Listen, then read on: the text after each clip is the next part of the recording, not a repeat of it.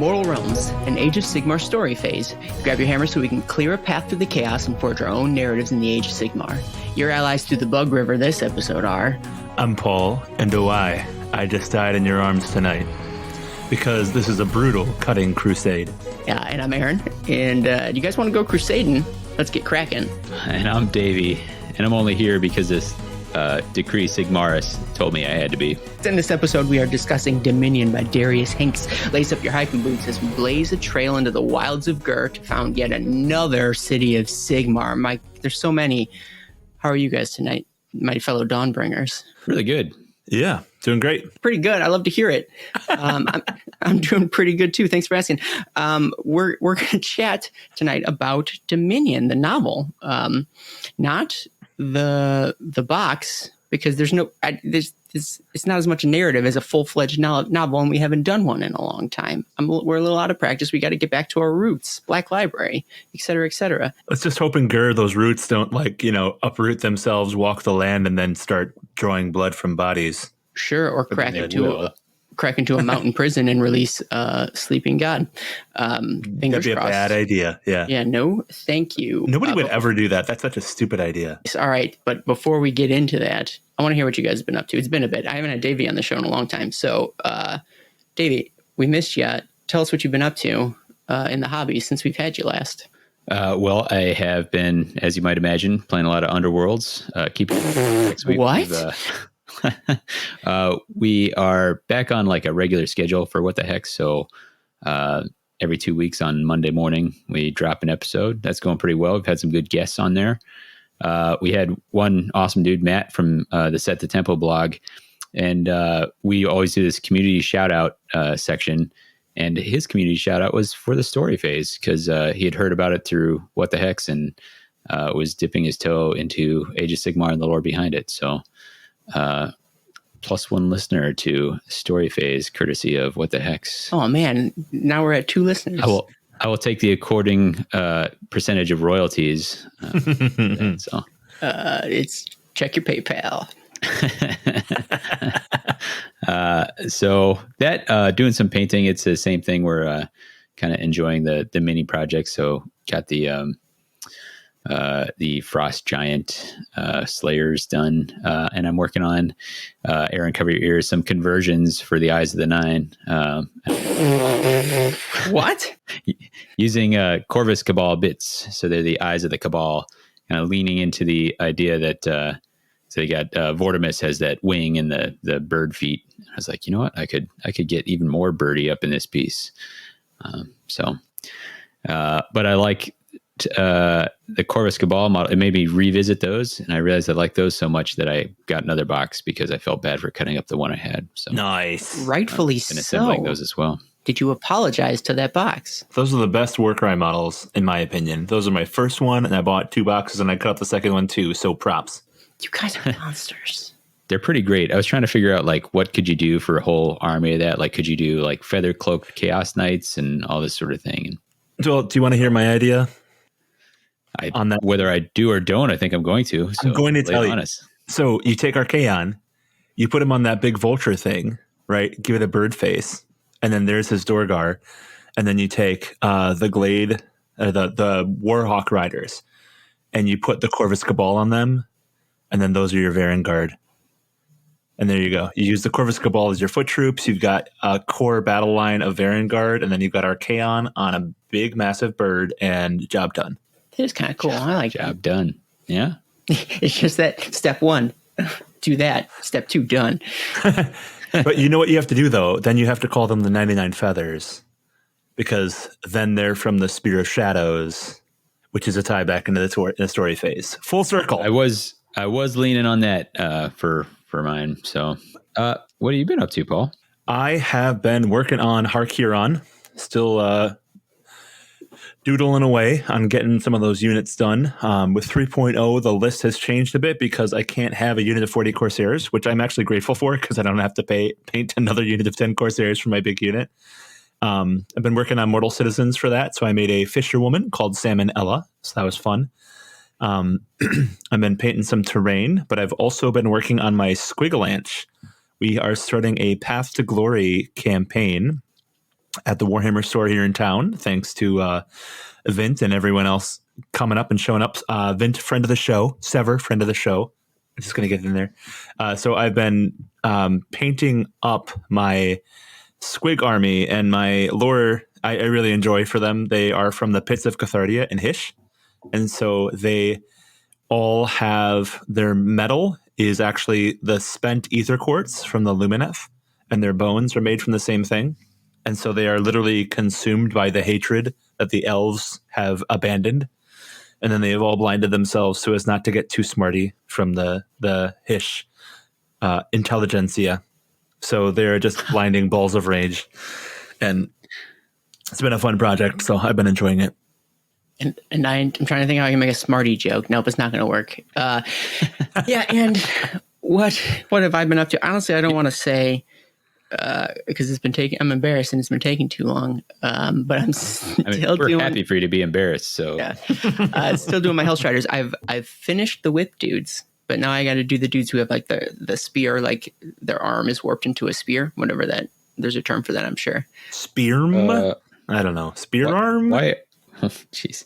Why are you doing Hellstriders? Is that part of a kit that I don't remember? Yeah, it does. They were in the. Let me look. They're on my wall. Not Shadow and Pain, but Wrath and Wrath. No, it was Shadow and Pain. Yeah. That sounds super Slaneshi to be pinning Hellstriders on your wall. I'm just going to lay that out there. It's my sweet mosaic of all the battle boxes. So it's the last unit I have to do. I just want to be done. I don't even like Slanesh all that much. Sorry, Davy. But that's all right. Slanesh likes you enough for the two of you. Well, in that case, I'm flattered, I guess. So I just got to finish this guy. I only have like one or two left of those spear dudes, and then I will put them in a box. I'll never look at them again, and I can move on to something else. You're going to put them in your box? You're not even going to put them in your display case? No. No? Because there's too many. Well, okay, this is longer than anybody cares. I use this display case as a staging ground. So like once I finish the assembling, I unit by unit put them in the display case. But that's the last unit. And once it's done, then collectively they'll all go into a clear box. I could look into it if I wanted to. I won't, but I mean, I could. It sounds like you need more display cases. Don't tempt me, man. I don't have enough. There's not enough walls in this house for that sort of nonsense, and my wife would be unhappy. But I know it's not very interesting. Same old story. We'll progress. Nobody wants to hear about that. What they do want to hear about, though, is the story phase. This here book that we're going to talk about, the Dominion novel by Darius Hinks. So unless you guys have anything else, I think we could probably go there. Let's go there. Nice. All right. To get there, I need Paul to say the magic words. The story phase. In the story phase, we delve into the stories, characters, creatures, and environments of the 9 realms. The story. Witness the destructive forces that are on the rise in the realm of beast firsthand and see the indomitable defenses of Excelsis tested like never before. Oh, so dramatic. Is it a spoiler to say that little blurb almost doesn't necessarily describe the book? I wouldn't say. It describes like the first chapter. Yes. I mean, I pulled it from the Black Library website, but I would say the second half of that is particularly problem. Yeah, we'll get to it. But let's hang out in our spoiler-free section. Let's soak in it for a little bit. And start with our W's, the classic W questions. Let's begin with maybe when. When does this story take place, this Dominion by Darius Hinks? You guys got any thoughts? I would say that this actually is a departure from previous stories, because the previous stories have kind of talked a lot about the idea of the perpetual now, right? Where everything is kind of happening in the now that is happening, but there's no defined space necessarily where that now is. It's between this time and this time, right? But Dominion being specifically the book to be released with the AOS 3.0 starter, and since the plotline does move forward from edition to edition, it is the farthest forward that we have ever been. So it is now. It's not a perpetual now. It is literally the now in the timeline of Age of Sigmar. So that's kind of cool. I'm happy with that. Yeah, we get a lot of, like you said, I feel like it's sort of half and half. a lot of books, like you said, are in that perpetual now that are sort of nondescript, or maybe they're vaguely after a large event, but like they very rarely like reference it. Like, oh no, there's undead, or there's more undead because the necroquake happened, years and years ago, or something like that. And then sometimes they do books that tie into a major, and maybe not even books, but like short stories and things that tie into a major event. This obviously is one of those latter ones where it's very clearly tied into the AOS 3.0 progression. So thank goodness. I feel like for years and years, we were constantly saying, well, this is a post-Necroquake book. It's that vague time after that. We are clearly post-Necroquake. We are, it is definitively done. We're post-Broken Realms at this point in a new era. We are post-Soul Wars, and we are absolutely post-Kragnos specifically, because Kragnos takes place in Excelsis, and this book takes place after that. To phrase it another way, we're post everything. Like there's nothing we're not post currently. Try and name something. Can't do it. We are post office. Yeah. So if that doesn't narrow it down for you folks, I don't know what else to tell you. I showed some restraint. I was going to say something about Malone, but I was like, oh, come on. Wait. Are we supposed to show restraint on this show? I was not informed of this decision. Hey, let's do some more W questions. We're in Wisconsin. That makes sense. Where does this story take place? And what do we know about the area? What's notable about it? Et cetera, et cetera. I think we had mentioned Excelsis earlier. Does anybody want to run with that thought? Yeah, I mean, it doesn't literally open in Excelsis, but gets there pretty quick. And then it spends some time in Excelsis and then spends some time in, I guess it's Thondia is the region outside of Excelsis. So that would be Ghur for folks who don't know. But so the Realm of Beasts, specifically the region, actually pretty darn close to Excelsis, but exploring some of that. I think that's the most I can say without spoiling. Well, I'd like to point out a couple things here, which is that we do have other stories that are set in this area from Black Library before. So we've had City of Secrets that's taken place in Excelsis, and then we've had Callous and Toll, which is started out in Excelsis, and so the point isn't that we've had a lot of stories and like, oh, look at me, I've read all these stories. The point is to say that this is so probably, look at you. You've read a lot of stories. I mean, is that what true? You wanted? Absolutely true. But that we actually have probably the greatest knowledge of Excelsis and the surrounding area than we have of any other place up to this point in time, because we have done a lot of novels and short stories that are based in the area. So I think that's kind of pertinent, especially because the Black Library was put into canon when we talked about Kragnos and Excelsis, and we've got Callous and Toll and Erika Zenth and all these other characters that have evolved around this city. So even though Excelsis is not considered to be the greatest city of Sigmar, I think it's arguable that Excelsis is actually the most fleshed out Black Library AOS city that we know to begin with. Is that a fair statement to make? More than most, yeah. I wish I was more well-read so I could say definitively, but at least in the books that I've read, yes, I feel like I've spent more time in Excelsis than maybe any of the other cities of Sigmar. So I'll agree with you on that front. So the effect that it might have on this book is that we're actually trying to explore between those spaces, which is an interesting thing that we haven't had in Age of Sigmar before, to my knowledge, is trying to find a space within an explored area with which to have the story. So that's kind of cool.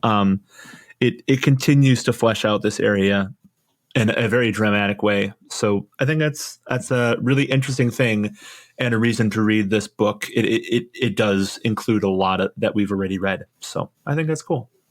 And I'll say spoiler alert for, I guess, the Kragnos campaign book, though. Go listen to that episode and read that book first. But I guess how fortunate it didn't get destroyed, right? So that we can keep telling stories like in this space, in this region. I think there's more to mine there, more prophecies to chip off the Spear of Malice. All right, cool. I'm going to move right on to the Who. speak generally about who we're following in this here novel. Because I'll lead with, it's not anyone that I don't think that we've interacted with before. These are all net new characters. Do you guys have any thoughts about the who, though, generally? We can talk about the fact that typically if a novel is named after a box set, it's going to include at least somewhat ephemerally the models that are in the box set. So the box set for Dominion includes Stormcast and Thunderstrike armor, and then also the Cruel Boys. So without saying spoilers, I think it's fair to say that that is part of what this novel is going to be about. Would you agree with that? Although, yes, definitely yes. Man, is it a spoiler to say that by no means are they the stars of the show? You know that, right? I mean, right from the get-go, right? So, like, this is very much. I think part of what this AOS 3.0, like, it's got a couple facets to it, right?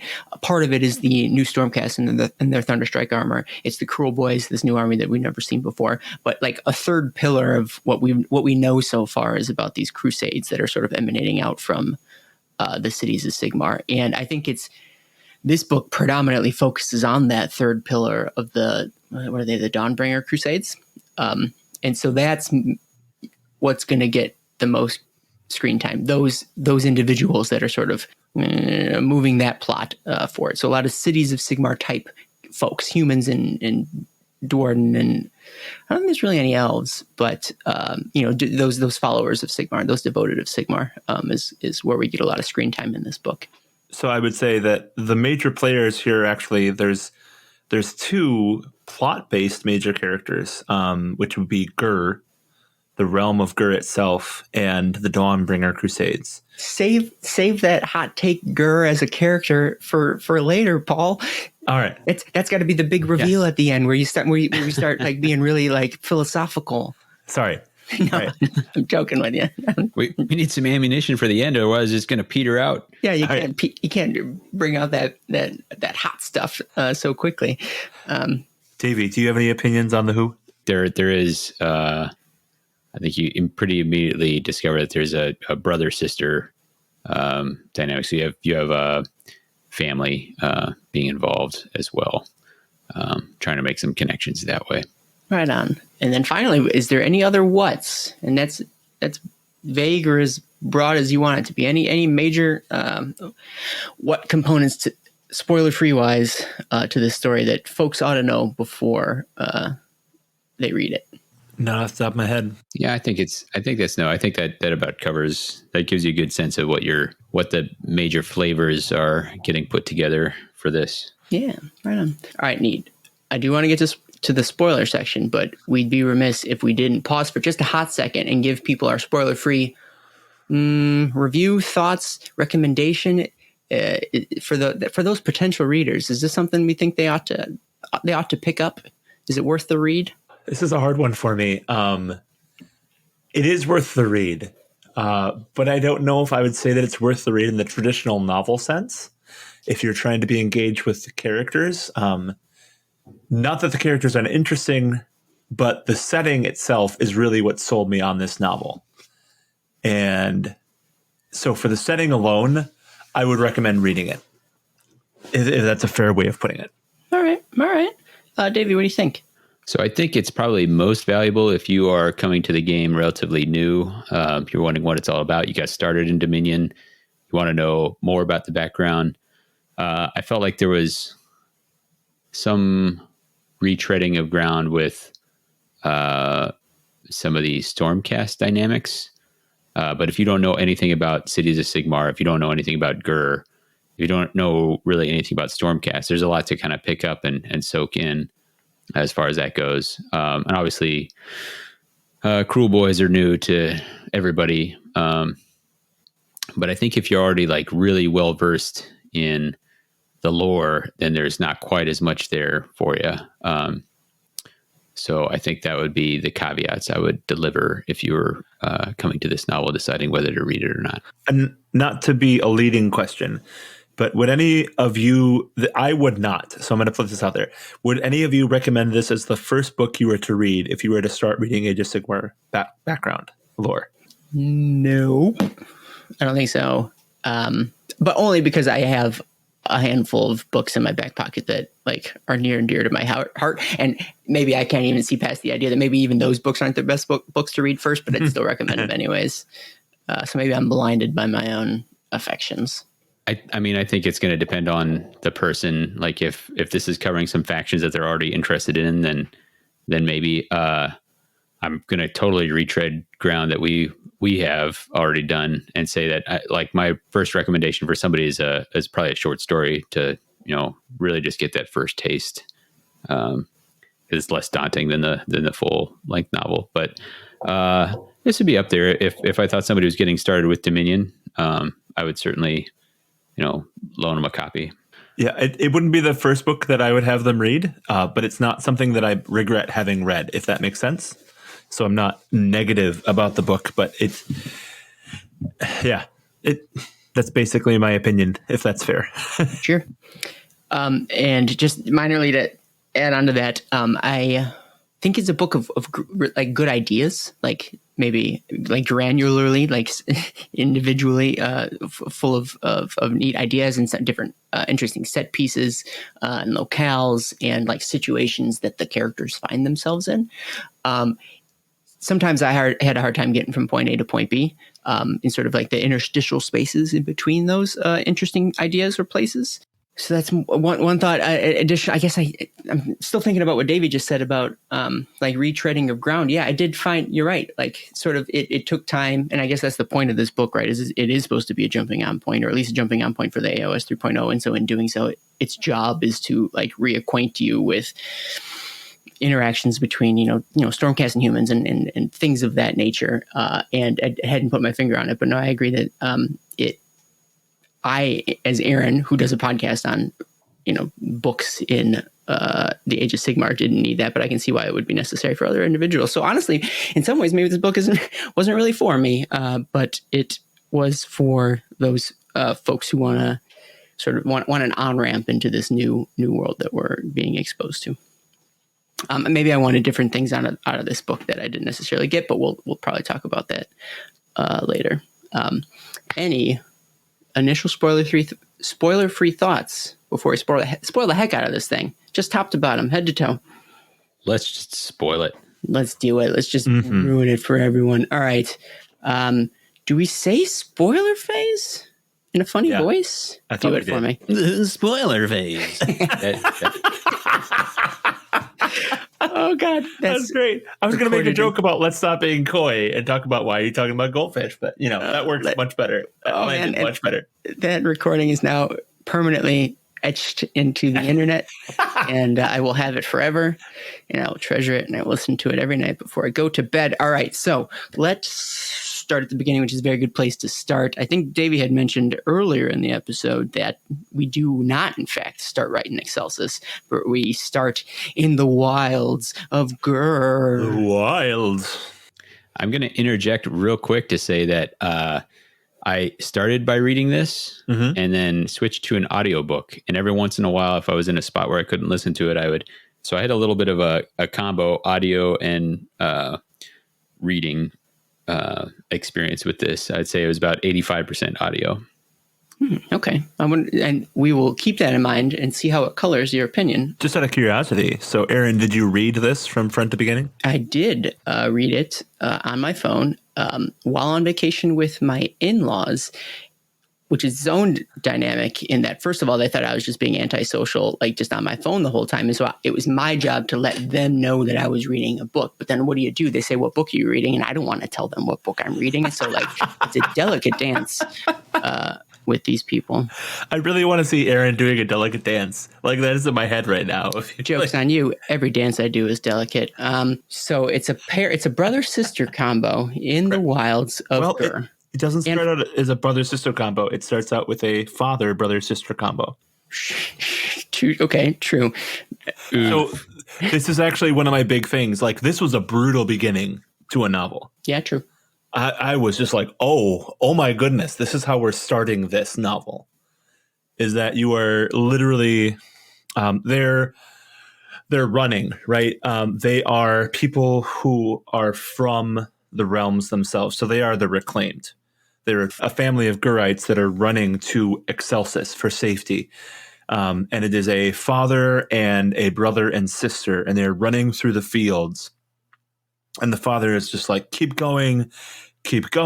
And they need to make it to a river. And the brother and the sister make it to a river. And then an orc pops up, stabs the father in the chest, and with his dying breath is like, just go, just leave, right? So the first thought that I had when reading this book was, this felt very much like the first AOS novel that I read, which was talking about the Axian running from the Chaos Corn tribesmen for their life as they're just falling apart from exhaustion, and people drop back and they can't go retrieve them, and then the Stormcast show up. That was just an immensely strong resonance with me on the first part of this book. I had that same connection. One thing I didn't want to gloss over here, two things, I guess. One is that they're being chased by traditional orcs, like big bellowing brutes, and they're getting run ragged. But the orc that stabs their father is playing dead. And so this is our first glimpse at orcs that operate in a different manner. And he survives that initial. He's already shot a pursuing orc right through each eye. And then he stabs this one in the neck with another arrow, and it gurgles and falls. But he gets them to get onto a bridge, and then he cuts the ropes of it so that people can't, the greenskins can't follow across the bridge, and he's lost in the process. My little bit of an objection here is like, this almost takes me a little bit out of this kind of story. Is like, this guy's a hunter, and but he shoots this, he's already like exhausted, shoots this orc in the eye. Like once he'd be like, oh, that was pretty lucky. And it doesn't go down. And then he shoots it in the eye again. I'm like, that is like an impossible shot. Not just one, but like two of them. Like, not everyone needs to be like a superhero. I don't know. I was a little so it's such a small thing, but it bothers me a little bit. But I thought it would be a stronger scene if he winged it and it couldn't run so fast or something, and they still got to the bridge and he cut it. Anyway, point being, brother and sister are on the other side of this river escape, and he's telling them to get to Excelsis, make something of yourself. Like, you have a life you can live, and that his inspiring speech is actually cut short because he is overtaken by orcs who cut him down. No, that's a fair statement, Davy. Orcs are just typically described as beady-eyed, and so to be able to hit them in two eyes seems very superhero-y. Well, anything in an eye, like, it doesn't matter if your eye is like, I don't know, an inch across or an inch and a half across. Like, that is an incredibly small thing to hit on a moving target. I don't know. We're talking way more about this than we need to, but yeah, that's but this is actually something I want to come back when we talk about the end of the book, because this scene is very interesting to me in light of what happens for the rest of the book. But needless to say, the brother and sister make it across the river. They cut the bridge, as you say, and they make it into Excelsis. Then we start with the main storyline of the book, as it were. So they make it to Excelsis. Fast forward a bunch of years, right? So they're kids in this initial prologue, but when next we see them, or at least one of them, the boy Nixar. Am I saying that right? Nixar? That seems right. I'll go with that. Is in Excelsis, living his life. And this life is, apparently he's some sort of bodyguard or something of that ilk. And he's supervising, he's watching from afar this conversation that a I guess bedraggled woman is having with a dock worker. And yada yada yada. They're doing some negotiations while he's sort of keeping an eye out on things. But then a woman, a Freegill guard, rolls up and intervenes, and the negotiation or the transaction is thrown into disarray. The dock worker is like killed. What we find out, I'm going to use the word witch because that's what we sort of determine what she is. She's this weird, unique individual. She's a non-traditional character. Yeah. Obviously has some latent magic ability of some sort. And also not represented in miniature form that I could figure out for Age of Sigmar. Well, that's never stopped you before. That's absolutely correct. I actually literally have a miniature in mind for who Osella would be. But that makes her an interesting character immediately for me because she's a new thing, right? Like Nixar seems like a tough, right? Seems like some kind of like, bully boy. But the like really a wannabe tough. Yeah, that's fair. That's a fair point. The actual fascinating thing about this scene for me is the way that he described Excelsis. I absolutely adored it because he set the scene very much of like, all right, we are after Kragnos, and this city has been through so much. And the way he describes it is that they are in the edges of the city and is constantly under these like earthquakes, just tremors. The city itself feels like it's about to fall apart, right? Like it feels like something is going to happen to make the city tear apart. And so we have Nixar paying attention and trying to be a bodyguard for this character of Osella as literally the world falls apart around him. And the scene setting for this was brilliant. And I absolutely loved it. It sold me on the first half of the book instantly. Yeah, and not only have we been in Excelsis before, but we've been in this spot before. They're in the veins, right? Yep. Oh yeah, we that's visited true. The veins. Yeah. He talks about like cracks opening up and there's worms writhing like right under the street and all that sort of thing. Like, you guys having read all the way through Broken Realms, is that a thing? Do we know what that is? What's going on there? Well, we know that the realm gate for Ghur is in a massive worm, right? And when we were in Spear of Shadows, there was a city that was on top of one of these realm worms. So I assumed that it was some facsimile or spawn thereof, since they've been established that those have been something that is in Ghur. Yeah, I mean, I hadn't made that connection, but that's true. Like, there are worm motifs throughout Ghur, so this is definitely not the first time we've seen. These are completely different worms, but like worm images. Also in Pestilence novel, if you want to read more about moving worm city things. And who doesn't? You made a connection with me now, Davy. So when you were talking about how we were in the veins before, we were in the veins in City of Secrets, if I'm not mistaken, right? And when we were in the veins in City of Secrets, this was a scene of a massive betrayal.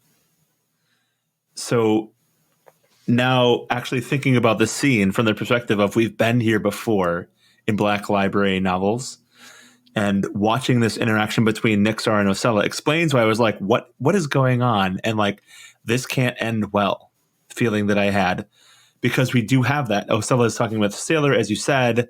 The sailor ends up getting killed. And we do have this kind of betrayal, this kind of failure of trust.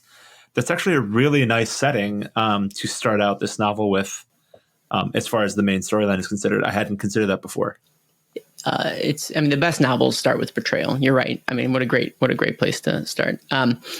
But what makes the betrayal, and maybe it's not worse, but what we find out, this Free Guild guard or this Free Guilder who's interjected in this into this scene turns out to be Nixar's sister.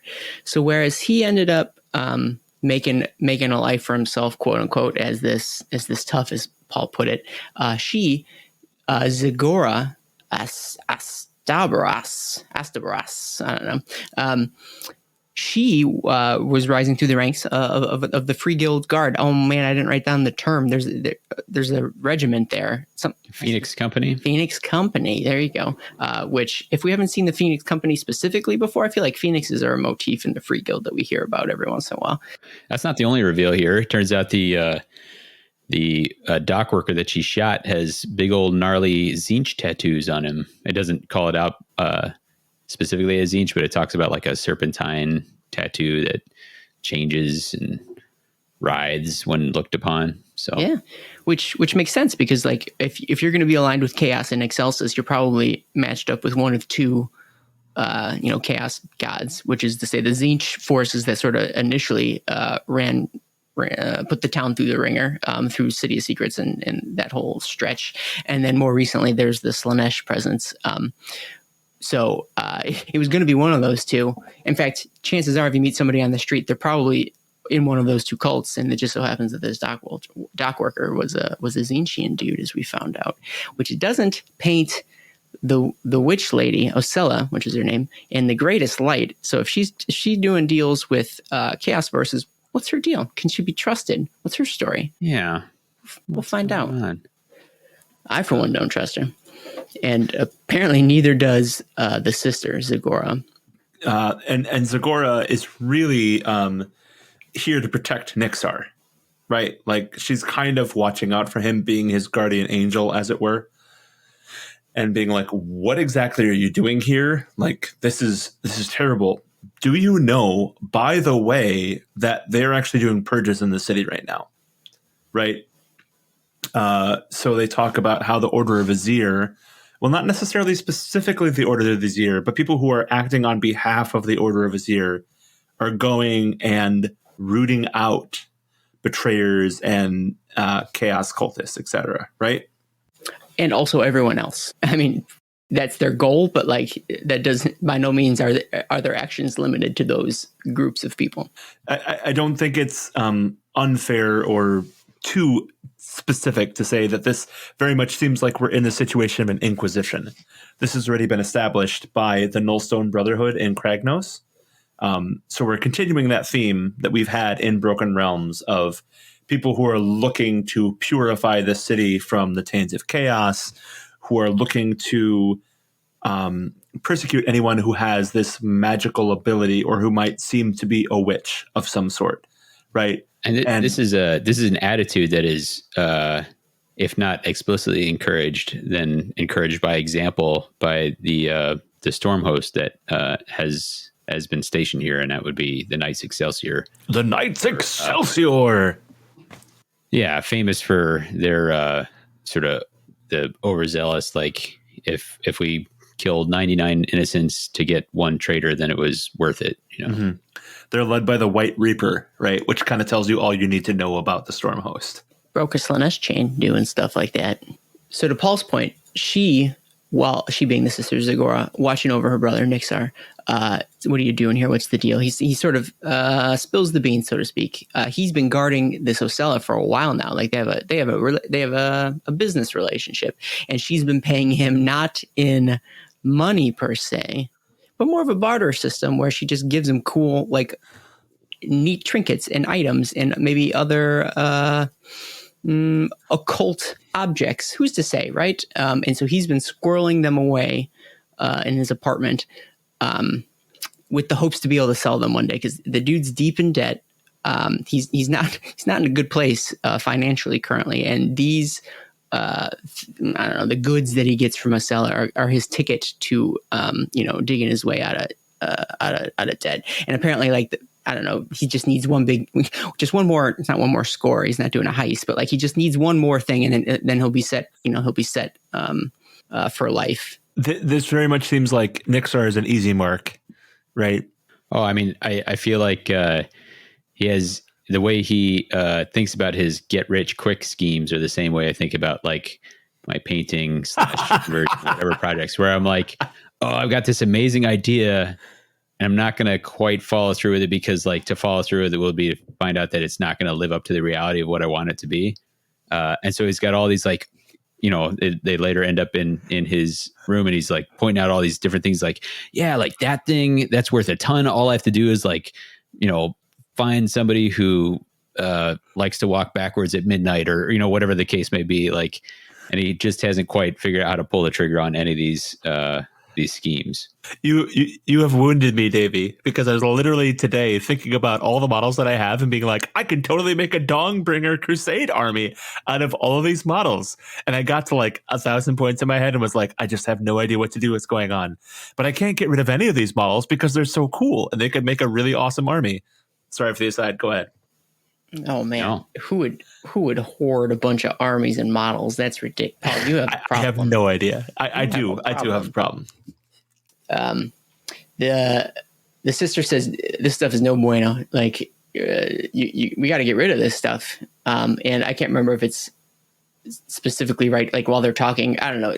No one expects the Inquisition, right? Because boom, boom, Nobody boom, expects the Excelsis Inquisition. I mean, I didn't expect that. That's for sure. They basically roll up. Nixar has been implicated in the Acela Chaos Dockworker transaction, and they've got a bounty on his head, or a warrant for his arrest. They're coming for him. So did we know specifically that he has actually been implicated, or is this more of just like something is happening near him? Oh, is that what it was? Guilt. They were just going through door to door, like they were. That was my impression, but I don't know if that was an incorrect impression. What do you think, Davey? I think that it does leave it vague. I think he's in this position where he's like, they're probably here for me. They might not be, but if they are, like if they are, and I guess I gamble on them not being here for me, then I'm totally screwed. And so I've got to assume that they're here for me, and we got to get out of here. I think the possibility that they're there for him is the consequences of that being the case it's too extreme, too dire. And I think this was actually pretty decent writing, like and maybe it was some Richard Reed was the narrator, which I should have mentioned earlier. He did a great job. Like I really felt kind of panicked in this, like we got to get out, and we got to get out now, and we are running out of time. I completely agree. And what you really got the feeling of here was it wasn't just Nixar being like, I have all this stuff and I'm gonna end up in a bad place, right? What you got the feeling of was he was like, I'm going to take my sister down with me. And like, I've done some pretty stupid things, and that's my fault, right? But taking my sister down with me, that's not okay, right? Like I definitely got a feeling that he had a family bond to his sister, and she felt like she was doing what she was supposed to be doing. And he was definitely not doing what he was supposed to. And the worst thing that he could have done was take her down with him. And she was very much just like, this should not be here to begin with. And I don't want to lose you. That was what I got from this scene, which is fantastic writing, as you said, Davey. Like it really captured a really good brother-sister dynamic, even when one person is on the wrong side of the tracks, and the other person is really trying to do what's best for her. Yeah. I was going to talk about the sibling relationship at this point too. It's at this part of the book where I really believed and like was, I don't want to say moved, but like attached to the sibling, like dynamic between the two of them, which I don't know, at some point I feel like I lost some of that later in the book, but like right now is where it's really good. I found, so I liked this stretch here. So they are able to escape. They throw all his items into a sack or something, and they escape to the roofs or something of that nature. And they book it down to the harbor, where they need, basically there's no time, or it's too dangerous to try and actually like fence any of this stuff. So to the bottom of the sea is where most of it goes, not all of it, because this Zagora, they discuss this like glimmerling that Nixar has, and a glimmering, for those who don't know, is like a chip of the Spear of Malice, which itself is a piece of the old world that sort of hovers above the harbor of Excelsis, and so you can chip off pieces of it, and these glimmerlings give individuals little prophecies, little glimpses of the future of things that probably will come to pass, or may come to pass, or may not come to pass. It's tough to say. And so these sort of serve as a currency in town. It's really what puts Excelsis on the map are these glimmerlings that come from the spear. And this was also a really nice touch for me as far as like when this book was set, because they were able to go down to the harbor and they were able to dump all this stuff and nobody was watching them, which I felt like was actually a really good callback to the fact that the Scourge Fleet privateers had left because of the things that happened during Kragnos, right? Like they could find a place in the harbor where nobody was. And I felt like that was a really nice little callback to the fact that there had just been a war here. So it was a little thing, but I really appreciated it. The piece that I liked was it wasn't just like, well, let's throw all this stuff in the water. Like that way it can't be found. It was, it says, there's no quick way to destroy this stuff, so I'm going to make an offering to Ozol, like Ozol. Oh, that's right. Some old Thondian deity.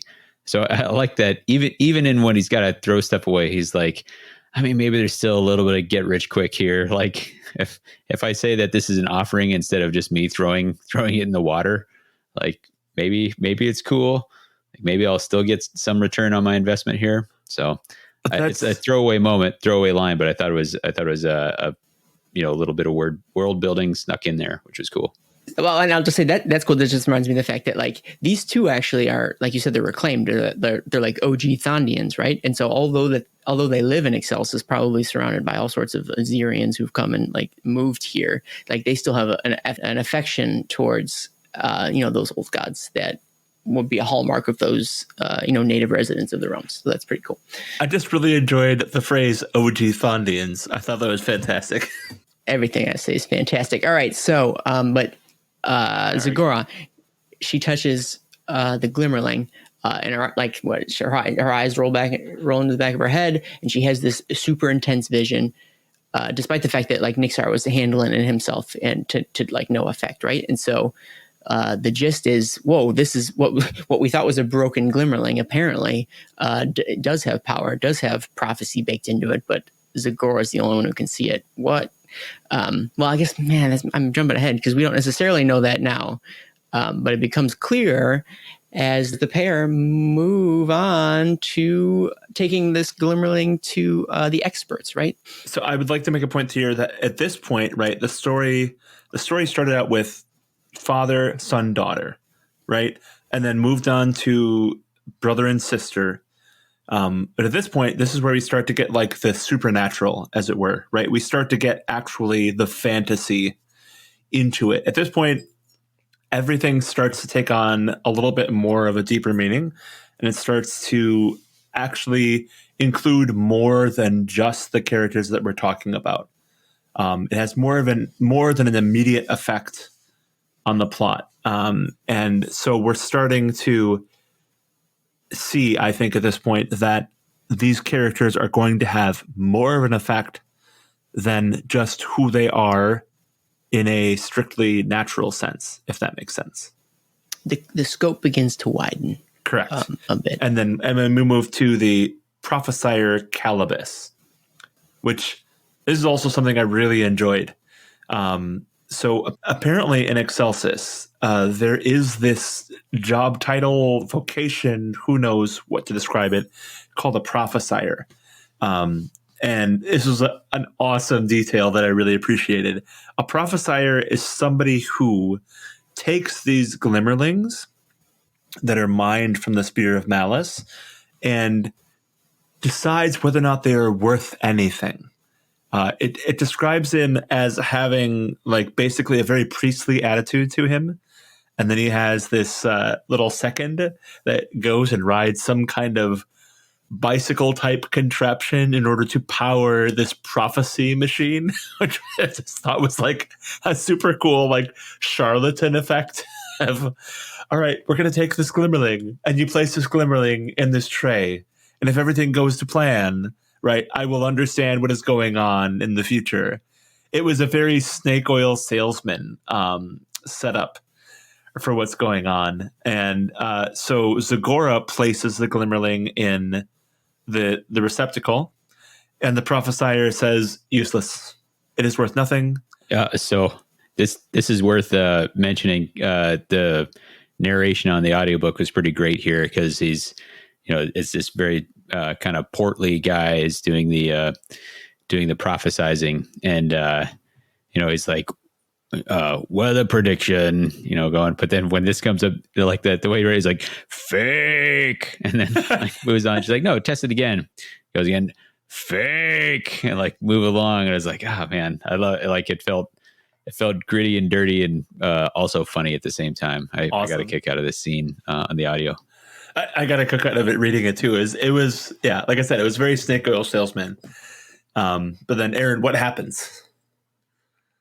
She doesn't take no for an answer because she knows that she's seen something through it. And so while the Glimmerling's in the machine, does she I don't know, she reaches out and touches it or something, because her her connection to the glimmer. Like when she touches the thing, it throws the machine for a loop. Like it revs it up. It goes wild. She has her prediction, all to the amazement, not prediction. She has her, prophecy. She has the vision, all to the amazement of this prophesizer who is baffled by what he's seen. Right. Like I think they say something to the fact that it's not impossible for a glimmerling to only be affected by one person, but I think it's a rarity. And he realizes that, like, it literally, like I think it breaks his little bike machine thing there. Just a surge of power, and then all of a sudden, like the kid on the bike can't even keep up to how much power is being generated by the immensity of this prophecy. Yeah. Yeah. So he decides, all right, so there is something to this. Might be.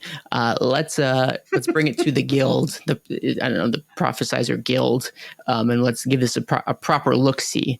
And so then they change. He leads them to his headquarters or wherever it's like a big temple or big government building type space where they can get to the bottom of what the deal is with this glimmerling.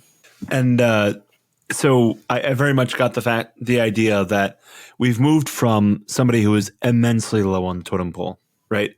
Like he's still a prophesizer, but he's a really bad prophesizer that's been sent to the poorest part of town because he's just not very good at what he does. But he still has the talent in some sense. I don't know if that's overstating it a little bit. I just got the sense that, you got to work your way up or whatever. Like I don't know that he was bad at his job, but just not yet high on the totem pole. But when then we move to Nico, like they're talking about this place that they go to, and it's just this immense place of grandeur that just exudes power, right? And so they go to this place, and to even like be able to talk with Nico seems like it's a process for the original prophesizer, right? Like Calibus is like, I got to talk to this person. And he's like, people try to put him off and be like, oh, she's too busy. She's too important. Who are you to like actually talk to her? And he's like, no, this is a big deal, right? And so Zagora is like, this is important, right? Like I've touched this. I've felt the immensity of this prophecy. I think this is an important thing that we haven't quite talked about is that Zagora all of a sudden has this purpose of this is important. I have understood this revelation, and this revelation is serious, and this revelation is personal, and I need to give this revelation to someone who can do something with it, right? As opposed to Nixar, who's just like, what have I done? Right? Like, this is my Glimmerling, right? Number one. So why can she get something out of it that I can't? Right? But why are we going to the place where I get in the most trouble? And so when they actually are able to talk to Nico, they're like, okay, well, Zagora, we need to take you with us because you activate this Glimmerling and this is a big deal. But Nico turns to Nixar and is like, well, who are you? And he doesn't tell the truth because he's so scared of the repercussions of what he has done, because he's still like, I got this from so-and-so. Like, this is the provenance of this thing is so murky, and I don't even want to be associated with this Osella character anymore. So it's really important that they don't actually know who I am. And so Nico is like, oh, well, if you're not important, then you need to leave, because this is only for people who are actually involved with this. So you can go ahead and leave, right? It's interesting because Nixar is trying to strike this delicate balance, maybe even like he's dancing, because he's torn, because like he obviously doesn't want to get caught. He doesn't want to admit to who he is, and he can't explain sort of the backstory behind this Glimmerling. However, he also wants to get paid. And so like, how is he going to, how is he going to navigate this to somehow discover the importance of this Glimmerling, but at the same time incognito, but then also get that dollar bills, y'all. Dollar bills, y'all. But the end result is he's unable to navigate that. And like Paul said, given that he's not able to sort of prove his importance to this process, they give him the boot. And he's essentially has to fend for himself for a bit while trying to evade guards and witch hunters and, sort of around the region. Whether or not they're looking for him specifically, he doesn't know, but he's very much in a paranoid state. And so like he's left to sort of wonder what happens next? What's going to happen to my sister? Are they going to ask questions? Is it going to come point back to me? Yeah, this is another thing that I really appreciated was he's torn between the fact that I'm going to get caught, right? Like they're going to figure out what happened. They're going to figure out that I stole this or bartered this, right? And this really isn't mine. And the fact that, but that's my sister, right? Like I've put her in this situation. I gave her that thing.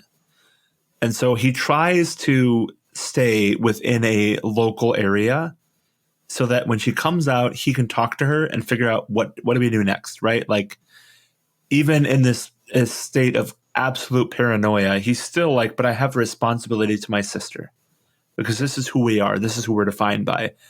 But he gets to a point where he's just like, I can't even stay here. And he just runs away, right? Like it is a very much a betrayal of who he thinks he is that he runs away and he just keeps running and he runs back to the veins, right?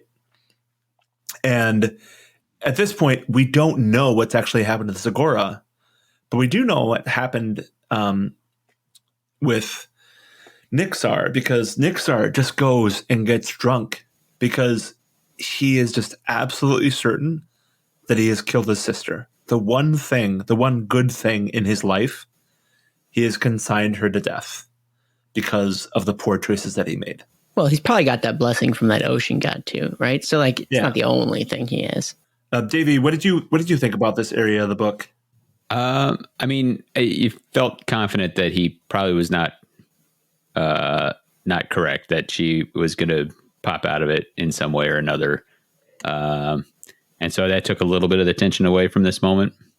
But it did describe him kind of going on a bender and paranoid. It was kind of like a little bit of a more than a tension moment. It was more of a like help you understand the character of Nixar better.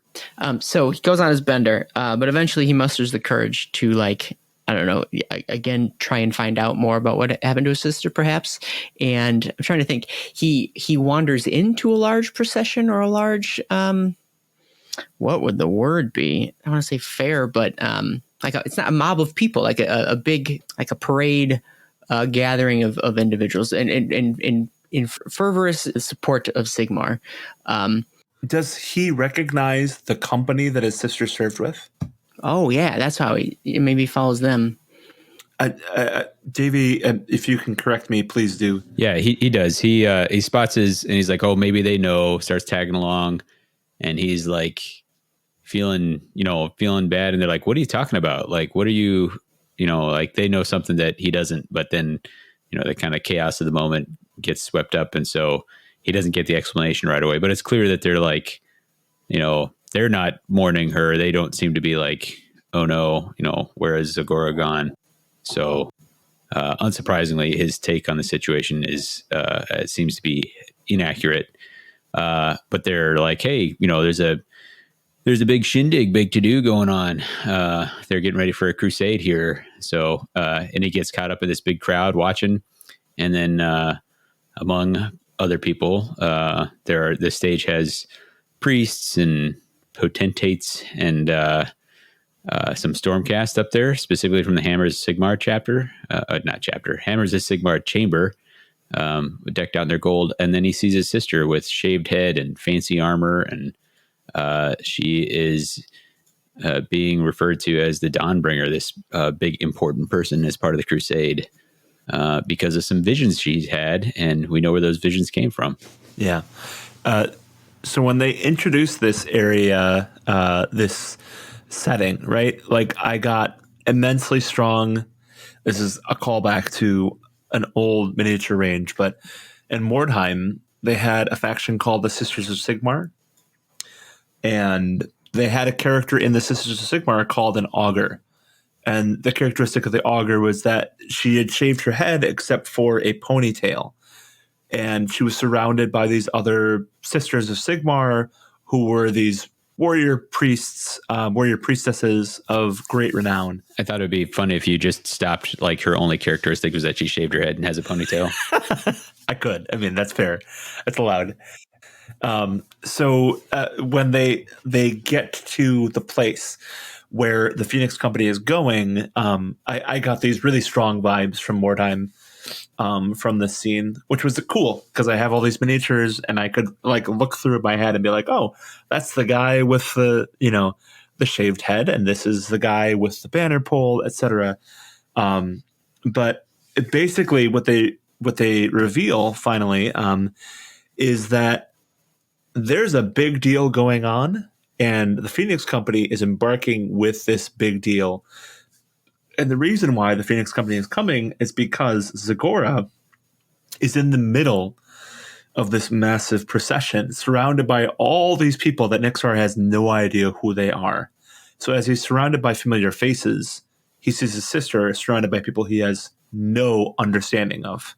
Yeah, well, I'll say this is an important chapter, an important scene, because I think this is maybe the first introduction that we as readers, this is like the first steps of a Dawnbringer crusade, right? And this is, like I said earlier in the episode, a tent pole for what like this AOS 3.0 storyline is going to be. And so this is the originations, the seed from which these crusades sort of grow, and what a scene we have, right? It's chock full of these. What is the subfaction that went away? Is it just devoted to Sigmar, I guess? But like the flagellants, right? It's the energy, it's the fervor.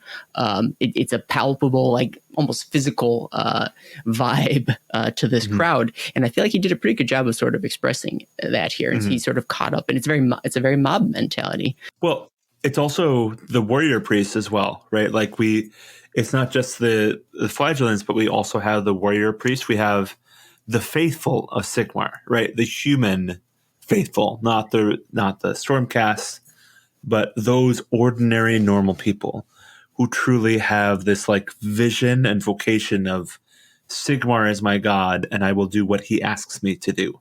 And intermixed with those very faithful, devoted individuals are like the drunks and like the people who are just caught up in the movement, caught up in like being with the crowd. And as time goes on, we sort of see them trickle away, and they come to their senses, and they sort of they lose the fervor as time goes on. Yeah, they talk about these crusades. Like if you embark on one of these crusades, like all your sins are forgiven. And so it has this weird thing of like, everyone's like, oh man, I'm about to go on this crusade. I'm going to do whatever I want, because guess what? I'm going to get forgiven. So there's like all this like wild debauchery on the way in to the crusade. Like, man, that is, it really, it's kind of like an unintended consequences thing. And you also wonder, like, we'll talk about this more, but there's this whole back and forth with faith, and faith is a sort of different in this world. Like you can literally go and talk to your God, if you are high enough on the totem pole. So faith kind of has a different meaning here. Yeah, they've talked about how in the Age of Sigmar there are no atheists, right? Your God is real, right? You may not trust that God, may not want that God, right? But your God is real. There are no atheists in Age of Sigmar. You may not think that your God is watching. And so I think that's where faith comes in, is like, is your God paying attention, or are the things you're being told, like this whole forgiveness thing, like, do you buy that, or is that just something that some like priests are like, hey, it'll get us some more folks? Yeah. Well, and what I love is not only when they talk about it here in Dominion, but they talk about it in the core book as well. They have this thing called the coin malleus, right? And we could go down the rabbit hole of historical context, but we can just simplify it by saying that the coin malleus is this thing that allows you to be freed from whatever it is that you have done in the past, right? It is this purifying mark. It is this certificate of holiness, whatever term that you use to describe this, where it doesn't matter who you were before. If you have sworn yourself to go on a Dawnbringer crusade, you are now a hero of Sigmar. And nobody can chase you for anything that you have done before, because you are literally sacrificing your life for the greater good of the mortal realms, right? There's a very strong, and I thought this was really well done as well in this chapter, is that he did a really good job of describing that anything that you do can be forgiven, which is why we have this like bacchanalia of volunteers before they actually leave for the crusade, because I can do anything. I have no limits to what will be forgiven. I have no limits to what will be ignored. So, of course, we can do whatever we want to the night before, because basically it's just a massive frat party. And tomorrow I'm going to get this coin and it doesn't matter. Right? That was very much the understanding of what I got. Would you agree with that, Davy? Yeah, I mean, that's a take I got. And I think they did a good job of capturing this sort of chaos of the moment, like the fervor and I don't know, the sort of duality of the whole situation. Well, I'll just say the coins are also really cool. The ones they gave you for pre-order in the Dominion box. But let's get going. We've been hanging out here for too long. But I think the interesting thing here is that Nixar is actually not sold on this whole idea, right? He's not sold that he's actually going to go on this crusade. And he's also not sold on the whole idea that this like coin Malleus will actually make him go away. But he does have this burden on him of all these debts and everything else going on. But as he listens to the speeches, as he listens to the roll call of all the names of the people that will be going on this Dawnbringer crusade, he gets caught up in the fervor, right? He gets caught up in the idea that they are doing something that is actually worthwhile.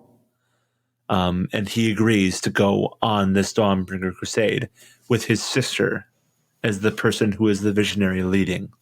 Yeah, I mean, he's all, like, I got the impression more that he didn't get caught up in the pomp and circumstance of this, but rather it's just almost solely because of the sister. He basically tells her, he's like, the prophecy that you have is going to kill you. Like it's incredibly dangerous out there. Stay here. Like don't go do this. And so she goes into the whole warrior priest. They know they need me. Sigmar is calling to me. This is important. I got to go. And like I think we said earlier, just that strength of the bond between the two of them. He says, all right, well, I guess I have to go too.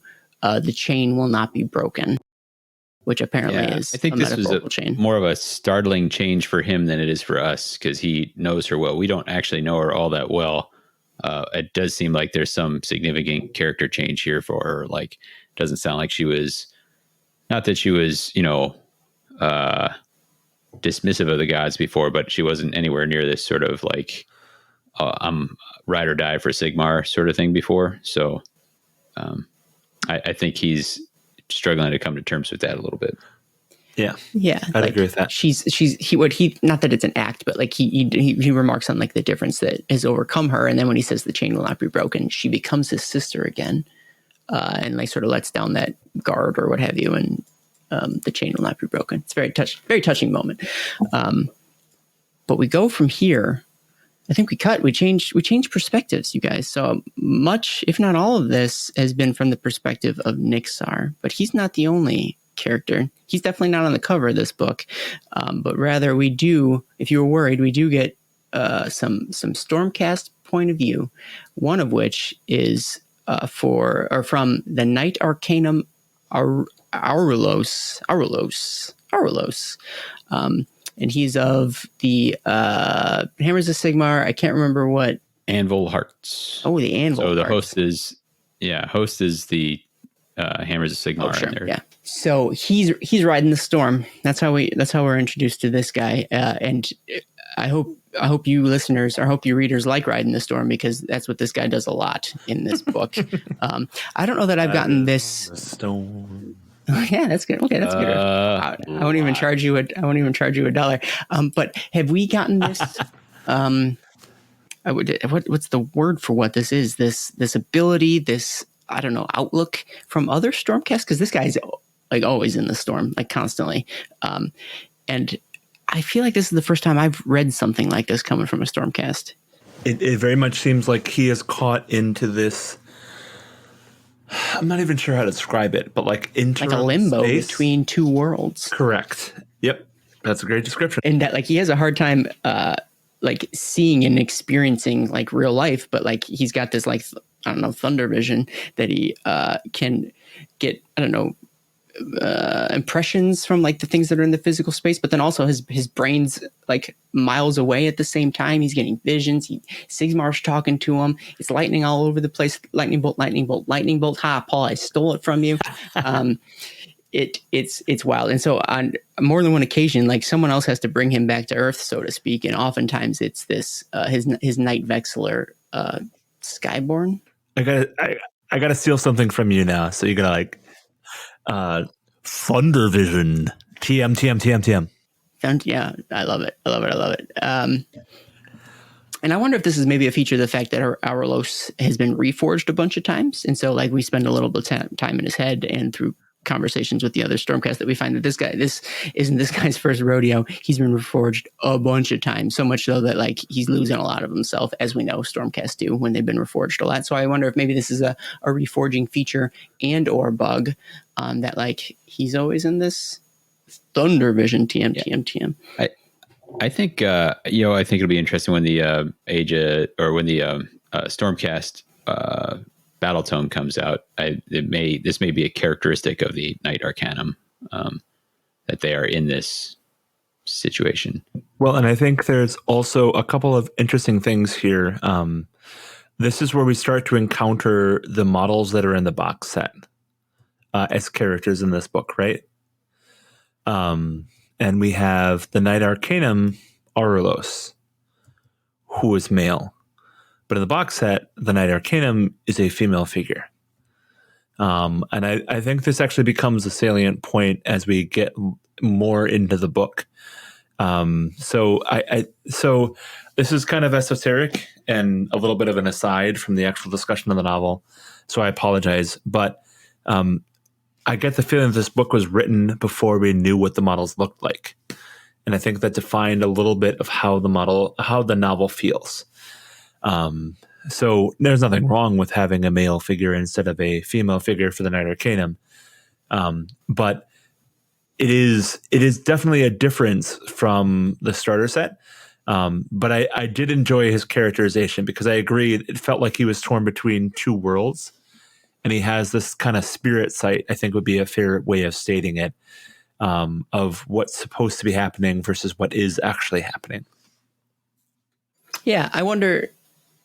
Well, I wonder if these aren't necessarily supposed to be specifically the folks that are in the box per se, in the same way that the Soul Wars novel wasn't specifically the models that were in the box there. Now, that's a little different because in the Soul Wars novel, it did have the characters in that book. They were just sort of secondary characters. So I wonder if this is an example. However, with the first like starter set box for AOS 1.0, those were the models in the story. And like it was Vandus Hammerhand and Corgus Cole. So who knows? I mean, you can't trust GW to do anything consistently. But the second box set for Soul Wars, like it was very much the characters, right? Like the Knight of Shrouds was actually the character that betrayed. Oh, I was focusing on the Stormcast, maybe, but yeah. Who's to say? Yeah. So we spent some time. It's Stormcast on Stormcast Action, where basically they chat and we're introduced. Basically, it's an introduction to these characters. We find out that this group of the Amble Hearts are going to be tasked with escorting the Crusade to this prophesized locations out in the wild of Ghur. But from there, they're going to leave the defense of the settlement that they're going to create out there to the Knights Excelsior, and they're going to move on to help break the siege, being led by Indrasta, who is the angel-winged Stormcast in the box. So at the very least, we know who she is, right? She's named. She's a real person. And so we can see that is the motivating. Getting to that siege is the motivating factor. Is the siege of Delium is the strong motivator for this group. They're willing to put in this this minor distraction, the sidebar, in order to then move to the glory that will be aiding Indrasta in her. Is this something I missed? Do we know anything about this siege from outside sources? Or if I were better at my job of podcasting, I would have done more research about it. I thought about it, but I didn't. So I'm not sure. Sounds so difficult. Yeah. Ooh. You hear my clickety clacking? You hear my clickety clacking? Yeah, I got a clickety clackety too. So Delium was actually a historical battle during the Peloponnesian War. It was fought That must be what they mean. between the Athenians and the Boeotians, who were allies of the Spartans, and ended the siege of Delium in the following weeks. Interesting. Awesome. I have to assume that there's some actual intention to understand what's going on here, but I have none for context. Yeah, so maybe it has something to do with the Amber something book that came in the Extremist box, or no, in the Dominion box. No, it does not, because I read that. Good. Okay, you are not remiss in not reading that.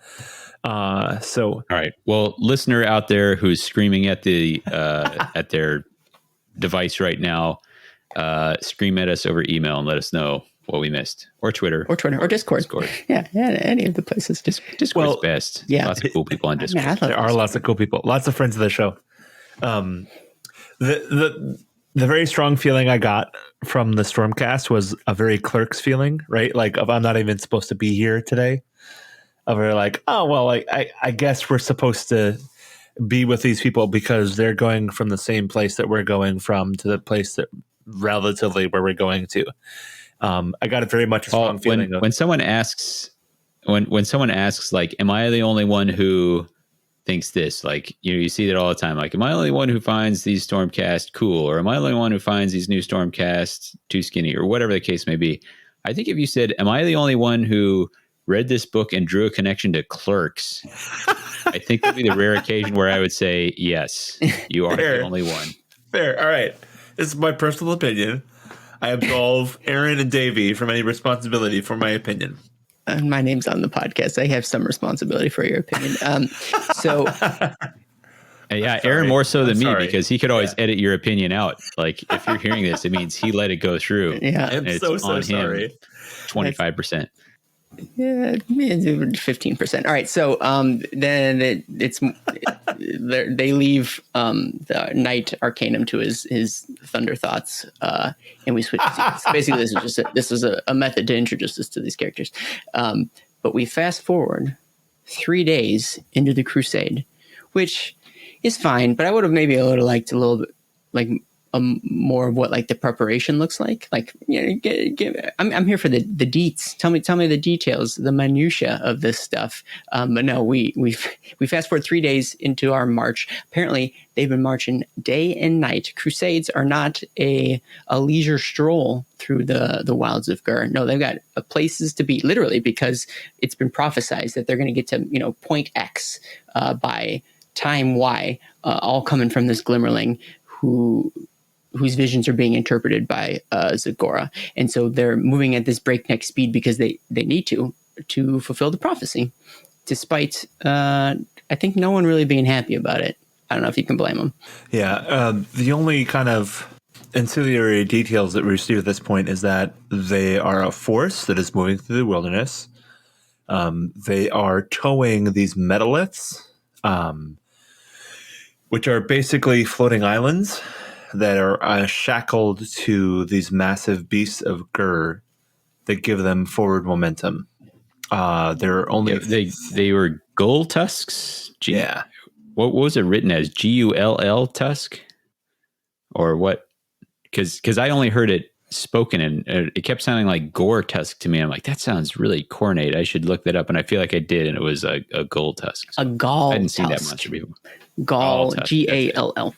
Okay. All right. So we get the feeling of a procession, right? Like, it is a very religious based motivation for what's going on. There are some understanding of people peeling off and being like, okay, I've got my coin Malleus. I'm just going to go back to Excelsis and we'll deal with whatever it is that's going on there, right? Like, the intention, though, is that they're going to go out into the wilderness and found this city. But as you're saying, there is some kind of timeline that they are tied to, of we're supposed to get here by a certain point, and then we're supposed to get here by a certain point, but they don't have an outline written. It's literally just, we've got Zagora revealing these truths, one after the other after they come into these difficulties for understanding of what's happening. The scene opens up where they're actually starting to set up camp 3 days out into the crusade. We're introduced to a fair number of sort of ancillary characters that, additional crusaders or folks that are going to contribute to the founding of this new city. So there's an Ironwell Duarden, Colgrim Cragson, who is like a cogsmith type Duarden who was basically commissioned to build the keep. And so his goal is to, outshine all of his peers and make the strongest and best keep the Argent keep, one of the two, and so that's his his life goal is to build the city. There's a handful of freeguilders that are part of the Phoenix Company, basically Segura's old friends or compatriots, and then also we're introduced to this high priestess Chiana, who is also this holy figure, just the devout follower of Sigmar, who is always like hovering around Zagora. Basically, she's like her advisor, her guide, because like Zagora isn't necessarily used to this, newfound exposure to Sigmar's will, and in some ways, sort of a gatekeeper to access to Zagora. And I mean that leads to some butting of heads later in the story. One other thing I'll bring up is throughout this travel, even within 3 days of the city, the Crusaders have noticed that, actually there's two things I want to bring up. They've noticed that there's a bunch of like dead jellyfish all over the ground. You would think that would be weird, and I guess they think it's weird too, but you're in Ghur, you're in the mortal realms, a dream world of magic. Sometimes the ground's covered in jellyfish. There's something you got to come to terms with. Somebody's like, yeah, there were some super gnarly storms. They might have thrown these, miles from the sea. You're like, yeah, okay, sure. That tracks. I went out of order because the other thing I was going to bring up is one of the vibes you get from this crusade is it's very much a mixture of social strata, in that you've got these folks who are basically trying to find a better life outside of Excelsis, whether they're running away from debts or crimes or what have you, or literally they're just looking to eke out an existence, where they can make something of themselves, sort of flanked or accompanied by these the rich and powerful, those folks who have already made something of themselves and are sort of venturing out to cement their power, have positions of influence in these new cities. And so it's folks riding demigryphs and in their pristine armor, and it's this juxtaposition between this two different sort of class of individuals, all brought together as part of this crusade. You see a lot of that. And I will only quibble with your mention of having made something of themselves, in that because this theme comes up a couple times. So like some of these nobles, they're just kind of born into it, right? Like it's not that they, but yeah. So you are correct. The phrase wasn't appropriate there. And then yada, yada, yada. This is where I talk about the jellyfish, which is maybe a better segue as to what happens, because night falls. Everybody's exhausted. They've been marching for, at double time to get to this location, but they were supposed to get here within 3 days. They got here within 3 days. And they're setting up camp, but then the screams start. Segura starts freaking out. She's like, something is wrong. Like, this is not what's supposed to be going on. Something is wrong, and I don't know what it is that's wrong. Right? And then the jellyfish rise up and start just like... So, I mean... Is that a line you'd ever think you'd say? And then no, the jellyfish rise up. Absolutely not, right? So we're using the jellyfish, right? But basically what it is that... Post-apocalyptic Paul, sitting and telling, around the generations. Fire. He's there with his eye patch and... Yeah, he's got a wind-up radio, and I'm like listening to the mortal realm. That was the day the jellyfish rose up. I don't know if jellyfish is absolutely accurate, but very much a great synopsis of what actually is happening is they had been talking about hiking through this morass of the marsh, but the reason that it was so tiring is because they're walking across these bodies with these tentacles and very much jellyfish shape. And as they hit the night, all of a sudden they start like flying off of the ground and into the soldiers, into the Dawnbringers, and just start consuming them from the outside in. It's it was a very confusing stage setting for sure. But basically, there is just mass panic. Everybody was setting up the camp and being like, all right, we're doing everything what we're supposed to be doing. And then people just start dying from these jellyfish. And then you're like, okay, well, the jellyfish are the threat, right? This is the big bad that we're going to have to deal with right now. All right, let's see where this is going. But then, Aaron, what happens? Who then shows up? But the ground starts to rumble, and like they're like, oh, what's next? After some of them had escaped to like higher ground where the jellyfish hadn't like gotten to yet. The ground starts rumbling, and like I don't know where a giant kraken shows up, and it sounds like I'm being dismissive about the edit, but like even in the story, it's so very like supplemental that like, oh, we're dealing with all these jellyfish. That's so scary. Oh, by the way, a kraken too. And so it Unleash the kraken. Starts tentacling people, wrapping them up and shoving folks into his maw. And so you think, all right, well, that's got to be it. Nope, just kidding. There's boom, boom, boom, more the earth shakes and more pounding footsteps, and then like a gargan shows up, and it's stomping on folks. He was attracted by the screams and the destruction being wrought by all these what one might think nautical monsters. And it's basically an S show. From the word go. Everyone's running around, climbing rocks and stuff, trying to escape. Jellyfish are like literally rocketing up and like piercing people's like hearts and like eating their hearts out of their bodies, as jellyfish are known to do. I mean, we all know that. That's a classic jellyfish. Yeah, absolutely. I don't know a lot about jellyfish. I live in the Midwest. So you got it. I was on a cruise ship, and jellyfish are like, so when you go through a cloud of jellyfish, it's just everywhere. Right? You look down to the ocean and it's just pink spots everywhere you can imagine. It's just this pervasive swarm. No, thank you. And so, Paul, you said this was confusing earlier. In my notes, I had written down that it was all very confusing. I had a hard time tracking what was occurring here, which I suppose the characters probably had a hard time tracking things as well. So I guess I was in good company. Progresses from here. The Stormcast realize we got to do something. I think it's Aurelos is able to trick the giant titans, the Kraken and I think presumably Mega Gargant, into fighting each other. They smack each other in the head a few times. I think the Kraken gets the worst of it and tries to flee, but the Gargant tries to chase it. And all the survivors have essentially gotten to the higher ground and are out of range of the jellyfish. And so that's the solution to that problem. So I have a question. They're nocturnal. For you too. Hit me. Don't literally hit me. Is this a Har Kraken? Is this something that we have from the Keratin Overlord's background? Or is this a new thing? I don't know. It's weird that it's here. The whole scene's weird, honestly. I think it's new. I think a Har Kraken is skyborn, right? So I think this is the idea that like all these sea creatures are here, and so is this, the little guys and the big guy. Yeah. So I got a very War of the Worlds vibe from this, right?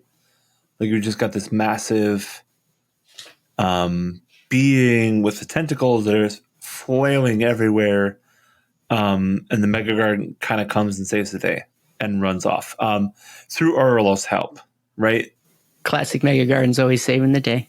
But if I'm not mistaken, isn't this where one of the medalists start to have issues? Well, I think, the Kraken smashes it up, or, Yeah, to the dismay of everyone, and discover that, like, there's dudes that have been riding the medalith the whole time. I'm like, oh, like, sweet gig. There's guys who had to, like, walk day and night for 3 days, and there's other people who've just been, like, chilling on top of the medalith. Like, That seems like a good job right up until like you fall to your death because a giant squid started eating the bottom of your medalith and just breaks it up. So like they lose a third of their supplies, and it's the cogsmith is losing his mind because I need all that stone and all that sort of thing. And people are like, the crusade's over, it's done. Like we can't go on. Yeah, well, so Colgrim Craigsson is the cogsmith, right? And it's at this point where it's revealed that the reason that they have the medalists is they have this like prefabricated construction material that they have prepared in order to build the settlement when they get to where they're supposed to be going. And they only have 3 medalists, and one of them has gone missing. And so they have this massive discussion of, should we even keep going?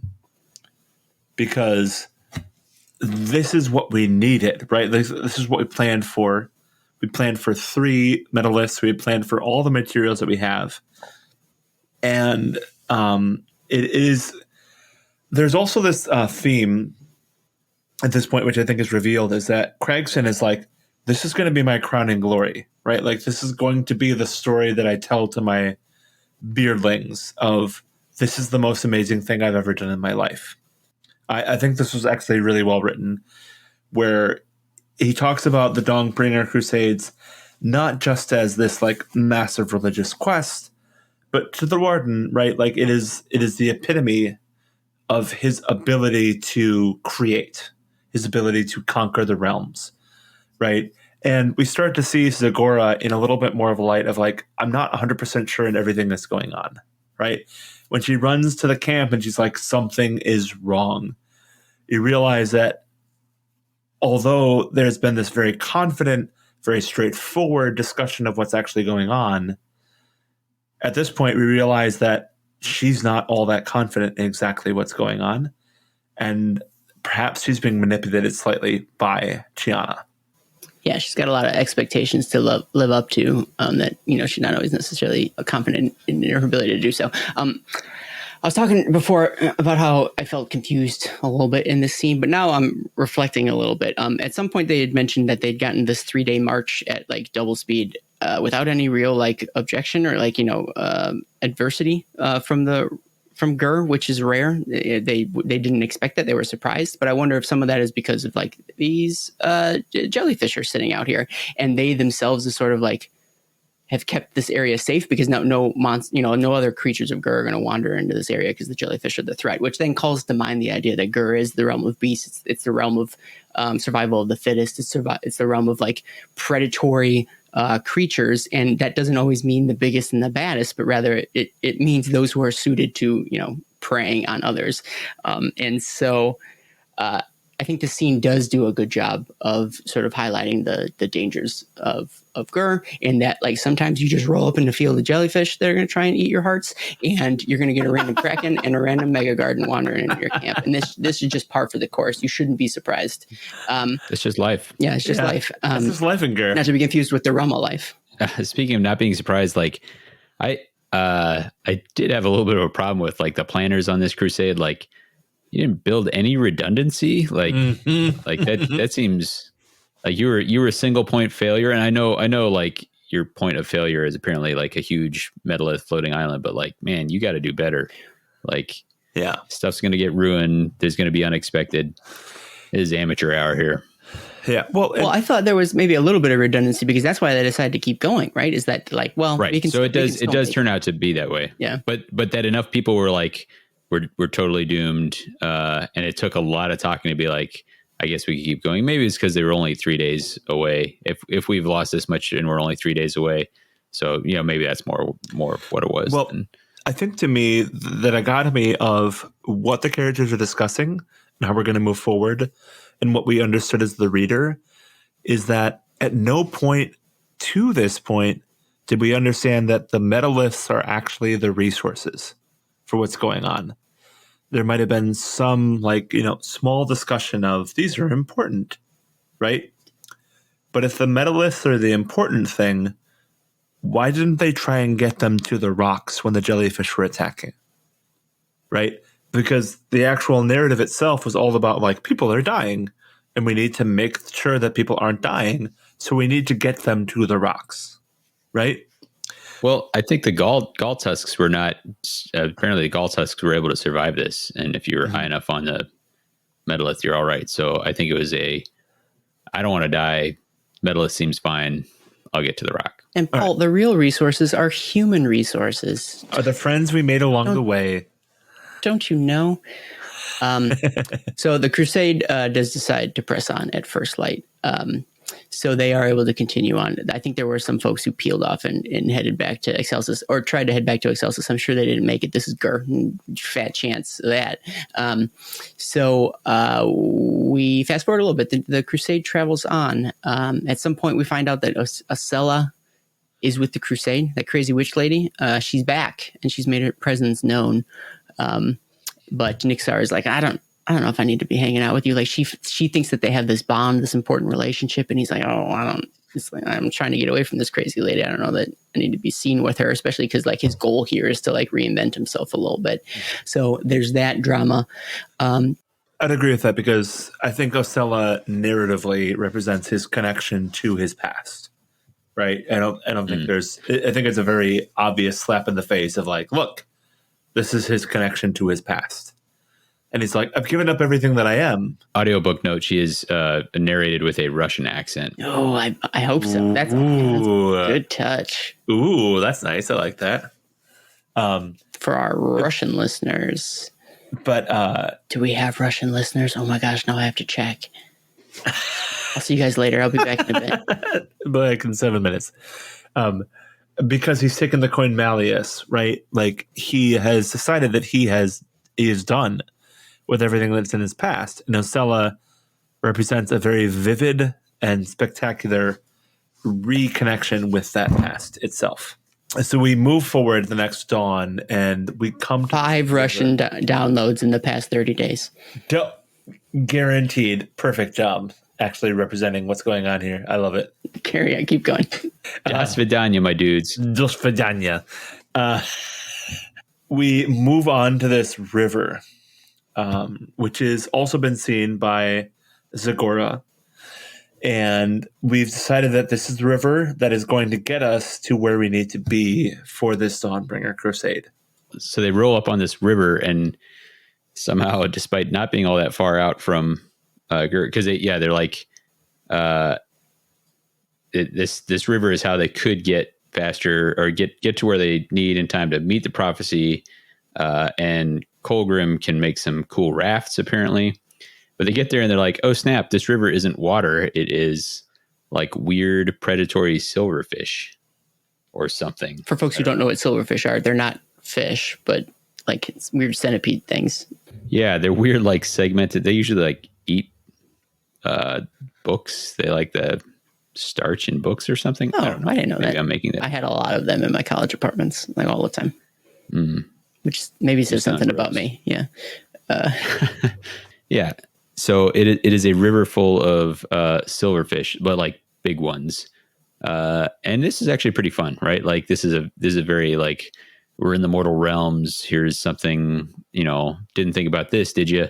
Like a river in the realm of metal might be molten metal. I did not think of a river just being like a huge stream of bugs. And, maybe if you think too hard about it, like you might run into some logistical or logical problems with it. But it was, I was there for it. It was cool. I'm down. And they got to figure out how to make some rafts. So they're there, and they are specifically trying to get these rafts done before dark. So all these crusaders who hiked a long way and then had to be in a big fight and now had to walk again real fast. Now they're being like pushed to the limit to build these rafts, but they do it and they hop aboard. Now they're sailing on a sea of bugs. My only contribution would be that's not enough drama for us. That's not enough conflict. Not only are they under the clock where they have to build these rafts, what's that across the river? But there's a whole bunch of other Excelsians, and there's another crusade under attack.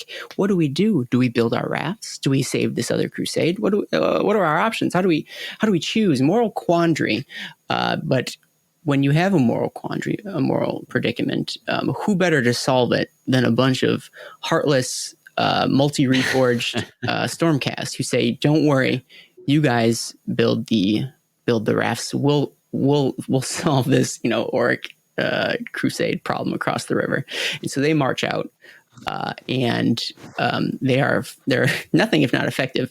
Arulos decides to save these people by making a beeline for the orc leader, killing him, and then proceeding to drop a cliff on most everybody. And through the turmoil, through the through the chaos that follows, not Age of Sigmar chaos, but just regular chaos. It attracts all sorts of Ghurian beasts who then clear up the whole mess. The orcs go mad. They turn on each other. Ghur, the wilds of Ghur, turns on everyone. And the Stormcast just sort of walk away, don't even look at the destruction that they brought, sort of with a few survivors in tow, dusting their hands, saying, problem solved, let's keep going. And everyone else is sort of mortified. Like, what did you just do? Like, you left it worse than when you got there. But he's like, yeah, but we needed to move quickly. And that's how you solve a problem quickly. Keep going. And so they bring in some new survivors in tow, hop on the boats, and sail away, having to grapple with, the destruction that they just sort of left behind. In a nutshell, that's how I describe it. Yeah, I mean, it creates a conflict point between specifically Zagora and Arulos. Like, she's like, you said you were going to take care of the situation. You let all those people die. What are we out here for if we're just going to let people die? And it's like, I took care of the situation. I did totally what I said I was going to do. I said I was going to take care of the orcs. I didn't say I was going to save everybody. Anyway, let's move along. You had a prophecy, right? Let's make that thing happen. I got to be at this siege. Taps his wristwatch. I did that. I was doing that physically when you said it. I could hear it. So, and he's like, hey, plus I did save some people. Total bonus, lady. Cool your jets. Look at these guys that I saved. And the thing is, Orlos, I don't know if we've described it at this point or really talked about it that much, but he's not 100% sure that he knows what he knows, right? Like, we've got Zagora, and she's started to give us some oh, I told you to come here and to be safe. Crap, I know it's not safe. I'm freaking out, right? But Orlos has gotten some of the same idea, and he's like, all right, we have to go to Delium. We have to go and help Yndrasta. But he's in conflict because he's like, but I feel like this Zagora character is somebody that I'm supposed to actually help, but I don't understand. And there's been some kind of back and forth between him and the Vexilor of we're supposed to go to Delium, but this is kind of important right now. We're supposed to do this too, right? Which is why he went to go and try and, quote, save the people. Because he's not 100% sure exactly what's going to be going on either. It's a really interesting exploration of faith from Zagora's perspective of a completely unfiltered. Chiara says this is what's happening, and this is what Zagora says. To experiencing Orlos's ambivalence about what's going on and trying to figure out what Sigmar is trying to tell him right now. Yeah, so we've got a dynamic here from the fact that the Crusade is very much on board of Zagora knows what's going on, and we're totally going to do this. But we have a first-person perspective from Orlos saying, yeah, I think we're supposed to be doing this right now, but I'm not 100% sure.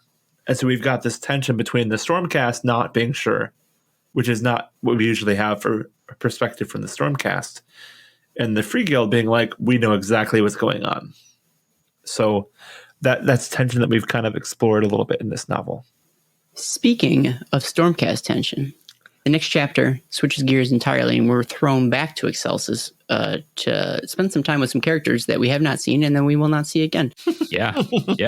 This is one of those audiobook moments where I was like, after a couple minutes, I was like, hold on, let me back up. I don't know who any of these people are. Like, did I miss something? And had to get back, and I was like, oh yeah, I'm not supposed to know this. Okay, carry on. Mm-hmm. Well, how could you not know the High Arbiter Arun Bizak, who's the High Arbiter of Excelsis, and Lord Celestin Volk, who is the White Angel Celestant of the Knights Excelsior. Basically, the Arbiter receives a letter, or maybe multiple letters, that the Crusades are not going well. They're failing all over the place, and they need, they're just the wilds of Ghur are taking them or overwhelming them. And the question is, how do we save them? What do we do about this? But then Volk, speaking on behalf of the Knights Excelsior, basically tells them, tough luck. Excelsis is the jewel of this region of Thondia, and our job is to defend it here. We have to defend the walls. It's all right. We're beset by enemies on all sides.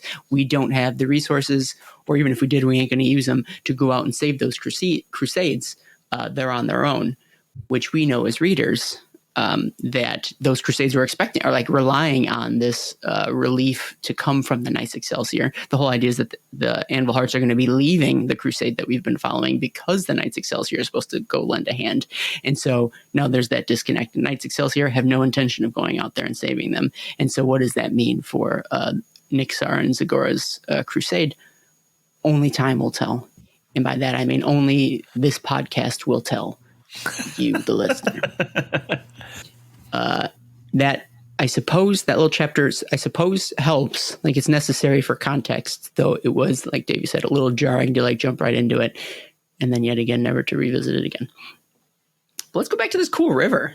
I felt like I was like the new Jungle Cruise movie, right? I assume this is what it's all about: a river full of weird bugs. The crusade is able to use their rafts to, I'm going to put successfully in quotes, down this river, as they're constantly battling against the bugs that are able to jump on, up on deck, while they're sort of pounding down below against the hull. But it's been strong enough that they can't pierce it from that direction. But still, everyone's sort of locked in battle with those that are able to like jump over the sides, and they're smashing bugs, and bugs are biting people's heads off. It's wild. I'll bring it up now, but it really became clear over the course of this book how many crusaders did they have, because so many people have died even up until this point. Like, where are they getting these people from? It seems like they have an unlimited supply of citizen red shirts, essentially. One raft, two raft, three rafts are able to make it to shore and like drag themselves up, and they're able to sort of escape this river once they reach the bank of where they're headed. But of course, the raft that all the main characters are on starts to get overrun. I think this is also, when we lose another metalith or something, like it goes veering off into parts unknown. But the Stormcast are smashing bugs. The Free Guild are doing what they can. It seems like, for whatever reason, this raft isn't going to make it. But Aurelius is shooting lightning bolts. He's like, well, how are we going to get out of this? But he looks and hears a song emanating from Zagora. And it turns out that they're praying via song to Sigmar. And it's through this devotion that they're smashing bugs and also paddling and driving the raft faster and faster to escape these, this river of bugs. And they are able to, by the skin of their teeth, get to the shoreline, and the boat is saved. And Aurelius is like, he calls out the fact that you guys were singing that song, and they're like, well, no, there was no song. We were just doing what we could to survive. And you're left to sort of wonder, like, was Aurelius hearing things? Was it some weird thunder vision that he was having? I'm not exactly sure what thunder vision. Yeah. Okay, I want to record that one too. That's going to be a sound effect.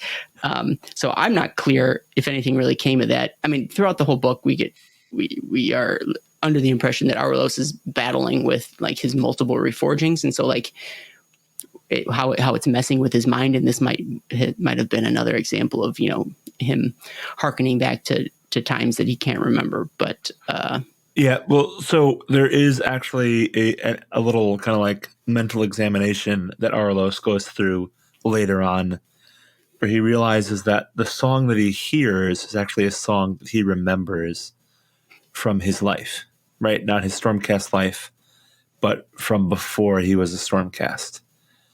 And so he starts to like actually question what's going on, because he's not supposed to be able to remember, right? Part of his thunder vision is that he's not supposed to have these memories of who he was before, because he's supposed to be communing with Sigmar. So this starts to actually gnaw at his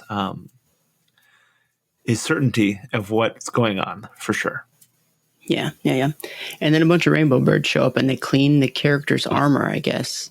Oh yeah, there's like no need to focus on that beneficial thing. Yeah, exactly. With the Aurelius though, like this is an interesting thing where disconnect with your past is a feature, not a bug, right? Like it's specifically for him, perhaps. But then you wonder how much that like actually goes on to other Stormcast. So there's some discussion of that. Like, is it's good that he can't remember? That's how it's supposed to be. But now some of those things are starting to break down a little bit. And is that going to be a problem moving forward? Yeah. All right. So we made it to the end of the river. This is essentially where they were headed to. There's this tour at the end that they've now reached, and this was their destination all along. Apparently, it's this location where a bunch of ley lines intersect. Maybe all the ley lines intersect. I don't know. It's tough to say. And so their first order of business is setting up defenses so that they can defend this place, and so they start pulling resources down from the metalith, and it's amazing. It's baffling how quickly they're able to start building some of this stuff. But it is by design, right? It's a outpost in a box sort of thing, and they are building up their defenses around this tor, around the magic ley lines. And they construct these statues, like 3 of them, I want to say, that are holding these sort of energy sources that I think are pulling energy from these ley lines. And those are going to be like sort of the magical defenses of this place. So this is actually a cool intersection with the miniatures here. So the intent is to build something called a Nexus Siphon, which is actually the globular terrain piece that we get in the latest starter set that was revealed. It's not Stormstrike. Extremist starter set. Extremist, exactly. So Extremist has this 4-pillared globe with a little ball of energy inside of it. And that is labeled specifically as a Nexus Siphon. So this is the first thing that is intended to go into a new settlement for a Dawnbringer Crusade. And we have 4 faces on the sides of this Nexus Siphon that are intended to help channel that energy. And then we have these statues with a little shield and a spear. And my understanding is that those are the 4 statues, or the 3 statues that we have in this Argent Keep settlement that we are attempting to build. So this was a really cool intersection of the plot of the novel and the reality of the miniatures that I really appreciated. The box set is intended, Extremist is intended to help us to build our own like Dawnbringer Crusade as far as the terrain is concerned. And this was a great job of the novel to embody that idea into fiction, which I really appreciated for sure. Yeah, so they construct these statues that have glowing energies in their chest, but it turns out they need to get their defenses up quick because it's dangerous in Ghur, and you're not just under threat from wild beasts and creatures of that sort, but apparently you're also under threat from the undead. And yeah, when they're setting up, they talk about following both the Decree Sigmaris, which is like, here's how you set it up, like here's the instructions for your prefab, but also trying to follow Zagora's vision. And the whole time Nixar has been eyeballing Cragson, being like, hey, because he's gotten in good with Corporal Haxor, who's super elite and nice. I was thinking it. Well, I mean, I heard it and I was like, that can't be how it's written. And then I looked and I'm like, it almost is. It is. But they're like, hey, this is the guy who's going to build it, but if he's going to lay out where everything's going to be, like, that's how you can get in. And so part of his get rich scheme is to get in good with Cragson. And he kind of leverages, hey, I know Zagora. And he's like, well, I can't talk to her. Like, I've been trying to talk to her to figure out where I'm supposed to put this. Like, which way is the energy? Where did her vision say that this is going to be? Like, this is a problem for me. I want to move forward, but I don't know. And it's like, and then he's like, Cragson, and crucially says, maybe it doesn't matter. And then Nixar is like, oh, well, maybe it doesn't matter. I could just make up anything. And he's like, Yeah, I was there when she was interpreting her visions, and I definitely helped her. And you definitely need to face west, and like ends up answering a bunch of other questions. And I was like, man, this is crazy. This guy is just like gambling that it doesn't matter. He might be screwing everything up. Uh, yeah, but then they get it set up, right? They get everything online.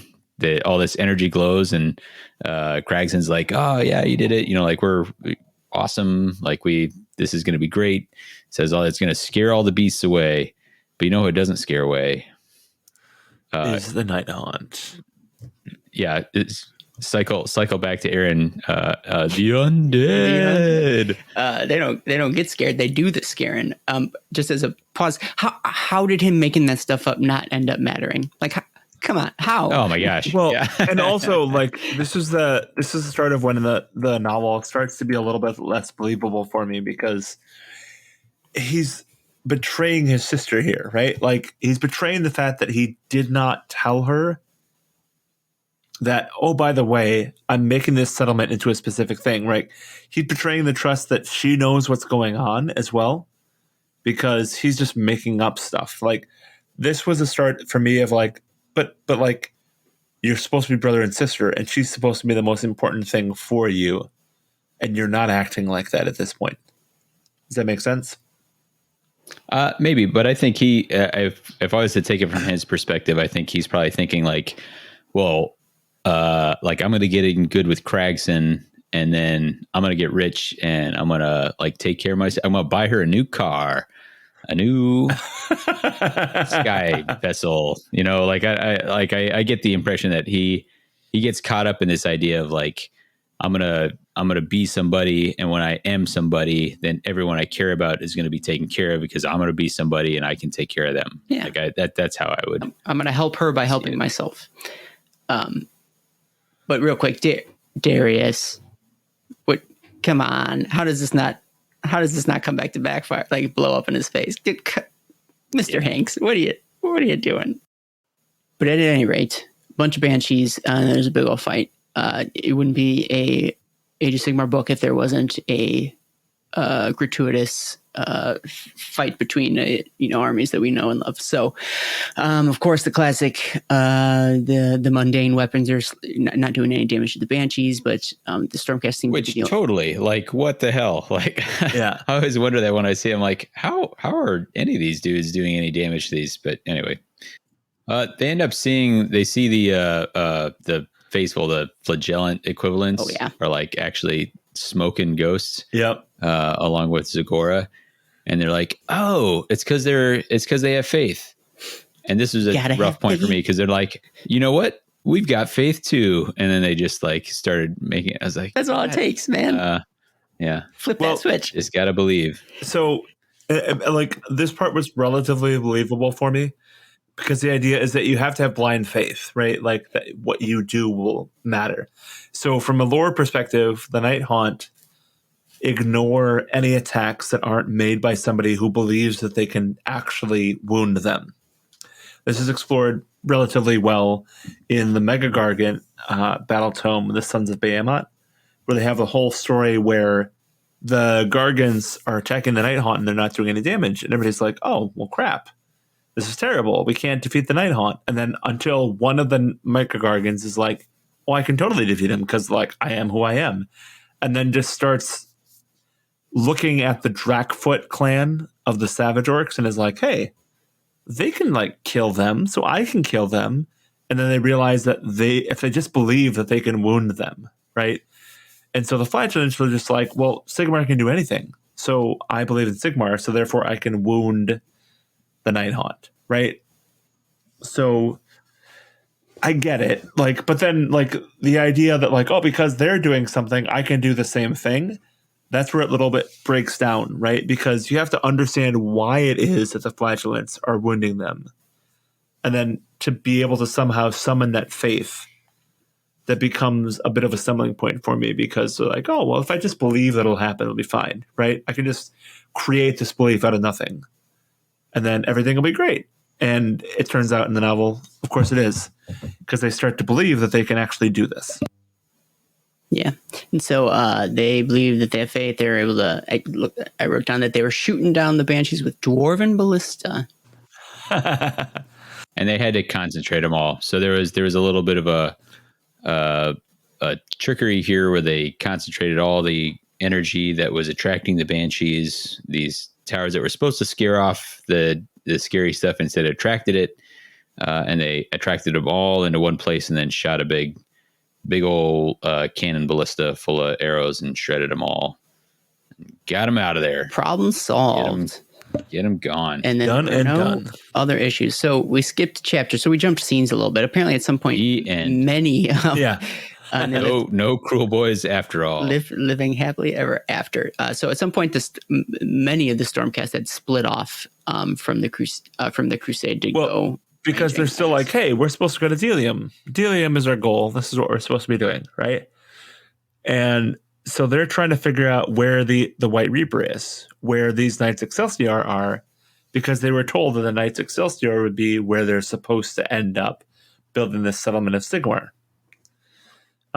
So they leave half of them with the Argent Keep, and then the other half wander off to go and try and find where these Knights Excelsior are, and maybe find the Siege of Delium, because that's what they're supposed to be doing anyway. Yeah, and so they are traveling through a marsh, a mucky landscape in the realm of Ghur.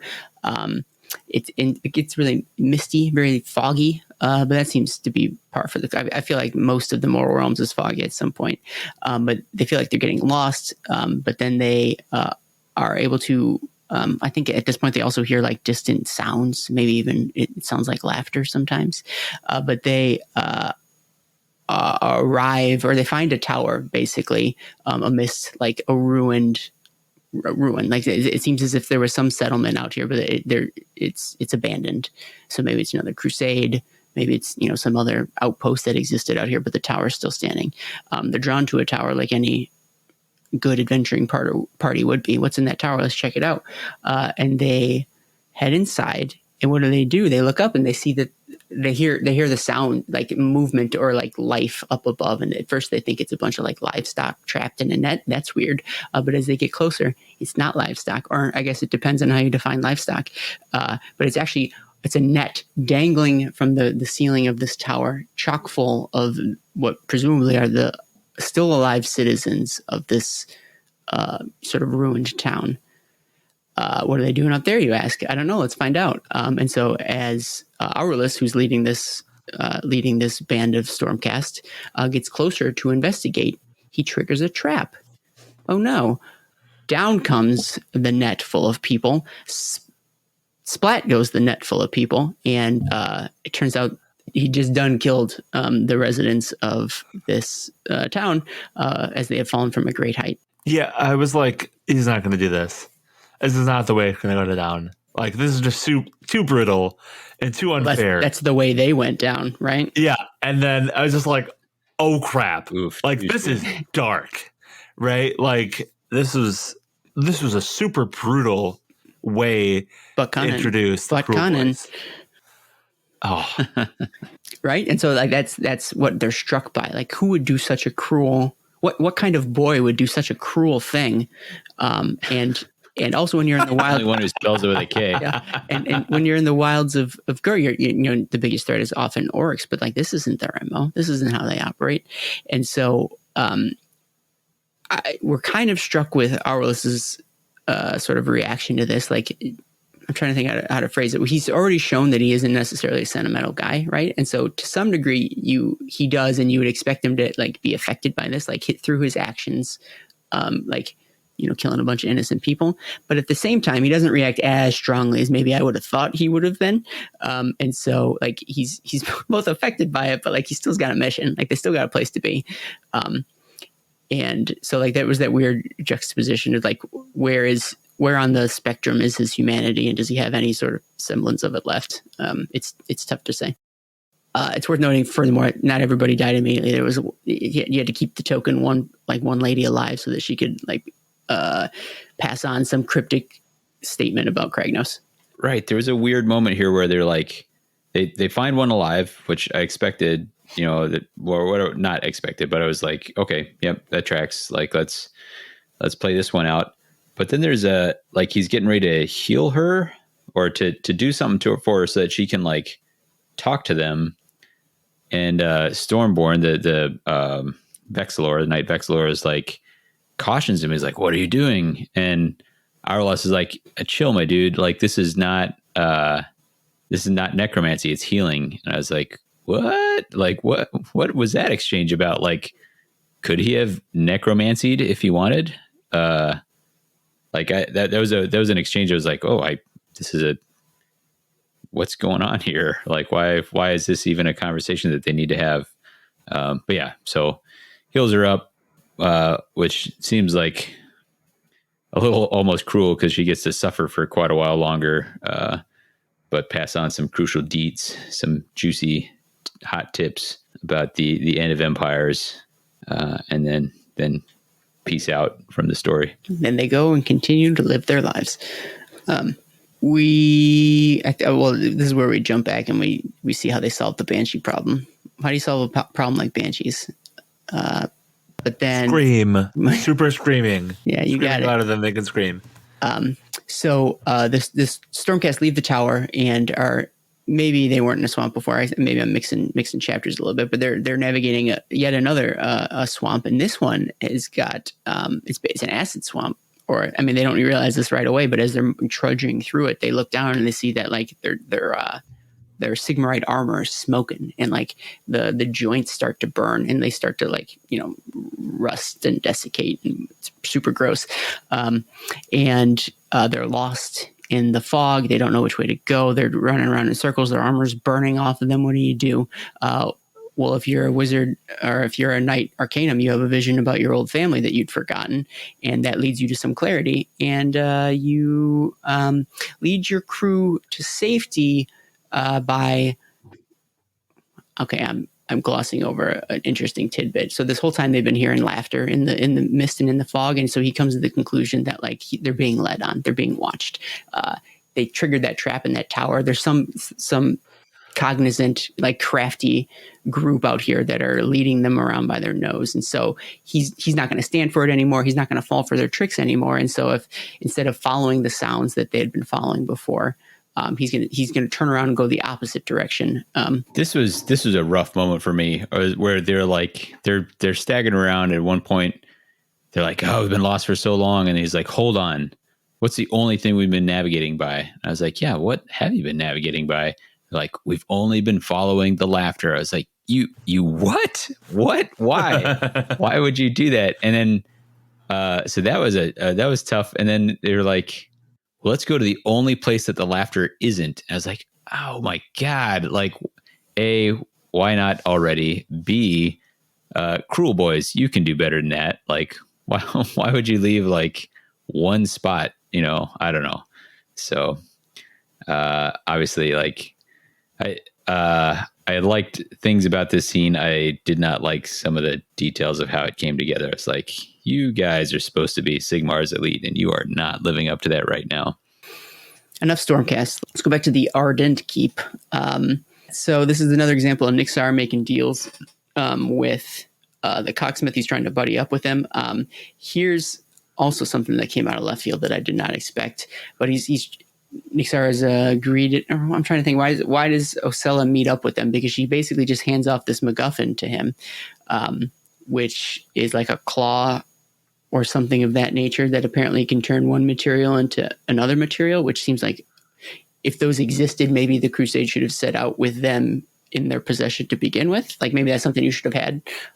That's an alkahest is what he calls it. Well, that explains things. So this very much seems like a MacGuffin, right? Which I think is a fair description of what it is. But it's the idea of, the alchemist trick, right? Which the cocksmith is very much like kind of the alchemist in this, where he could be able to create something out of nothing. And there's always the alchemist's ability to create gold out of nothing, right? If anyone wants the historical connection, I did look it up because it felt like a word that he might not have invented himself. And it does turn out in Renaissance times, there was this, an alkahest referred to a universal solvent, which is supposed to be able to like dissolve anything else. So interesting. Not a direct 1-to-1, but there is some precedent, and it is like an alchemical thing. Cool. Yeah, like, and that fits in very well with the idea that I had that where you could turn anything into gold, right? But like gold being a metaphor for the thing you need. So of course, Ocella, Not a metaphor. I need it, Paul. Yeah, do you have it? Just give it to me. Has this alkahest. And we have Nixar, who's like, oh, you have this thing that I need, right? This alkahest.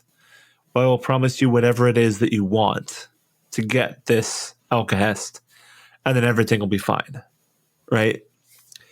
So he gets this alkahest to Craigsson, and all of a sudden Craigsson is able to do whatever it is that he wants with this forge that he has.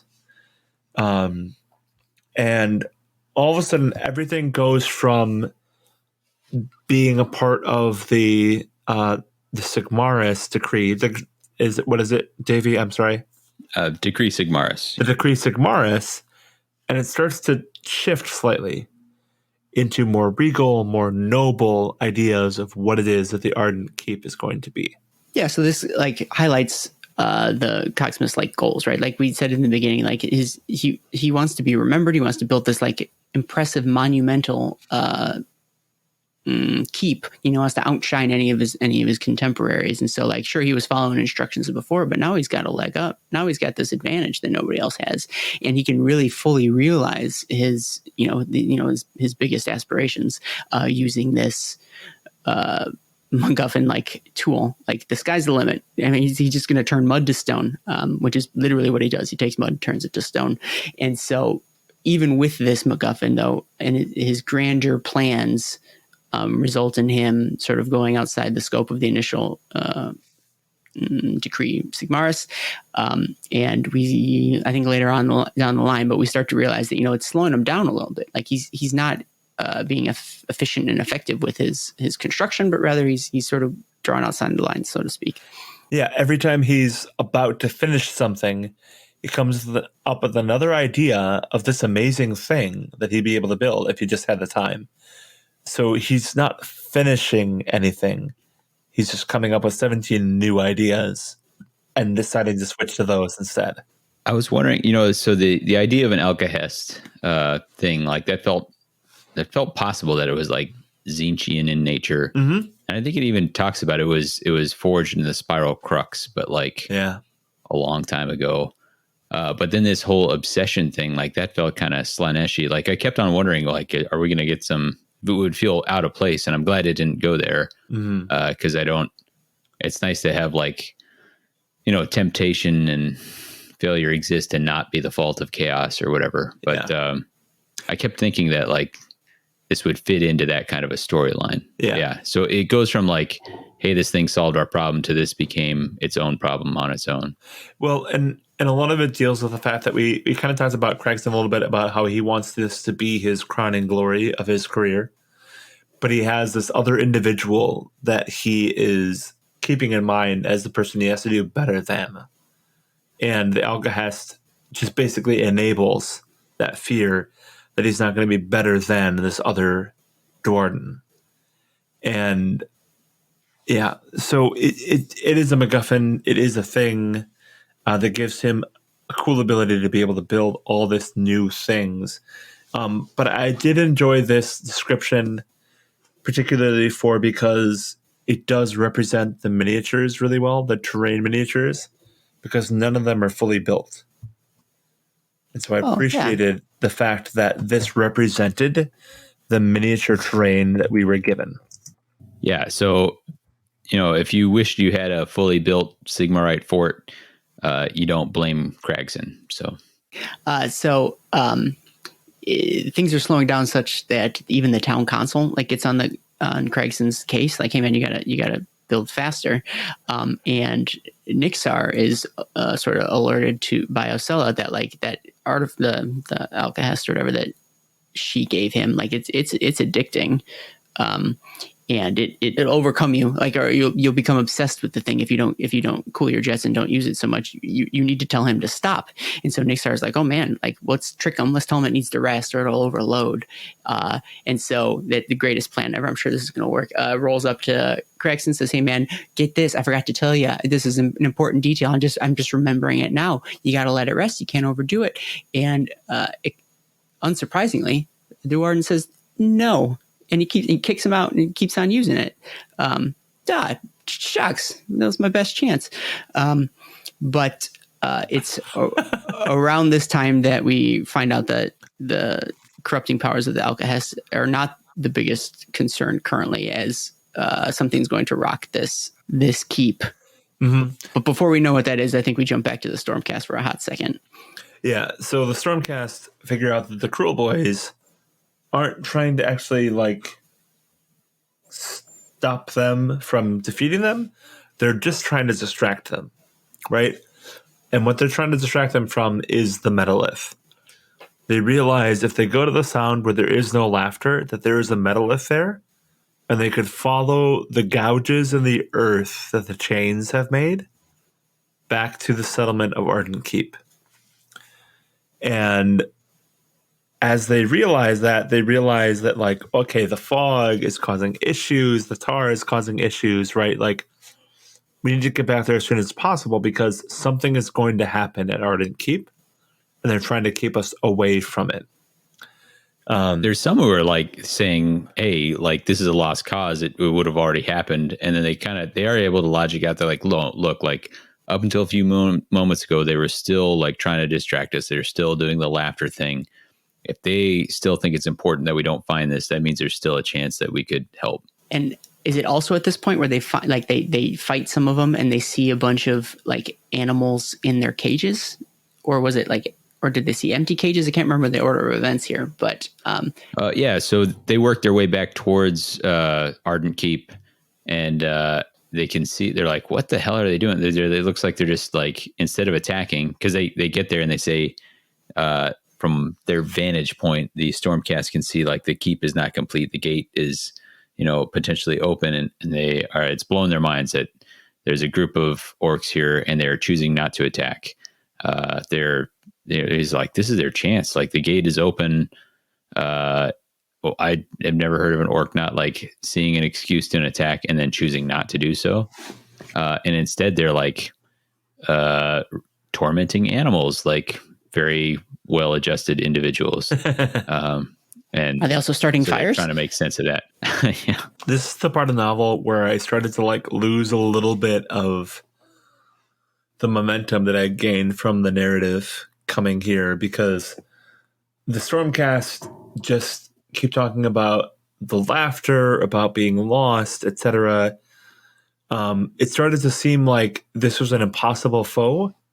They were only able to overcome because the narrative required them to overcome the impossible foe, if that makes sense.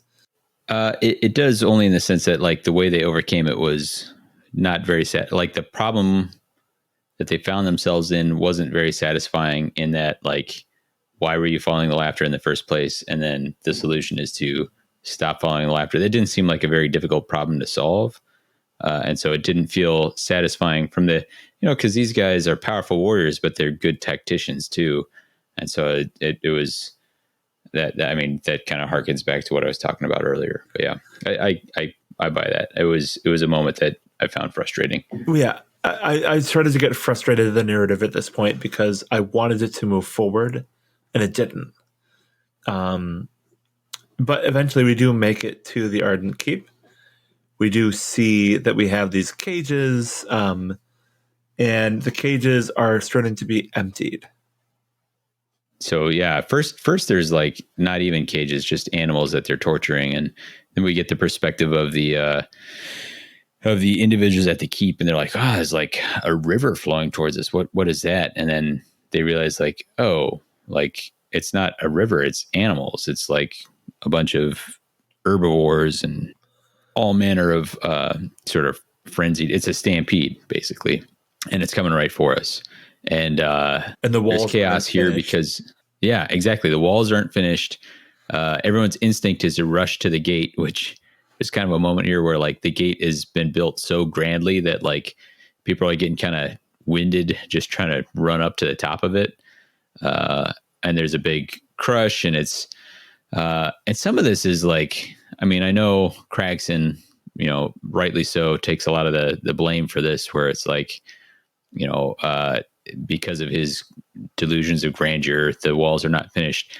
But there are commanders here that should have had a plan for like all the way along. Like, okay, if we get attacked, and the walls are not complete, like they need to be continually adjusting their defense plan. And it's just total, like, it's a clown show when like people are all rushing towards the gate, and then people at the top are like, actually, this is not where we need to be. We need to cover the gaps in the wall.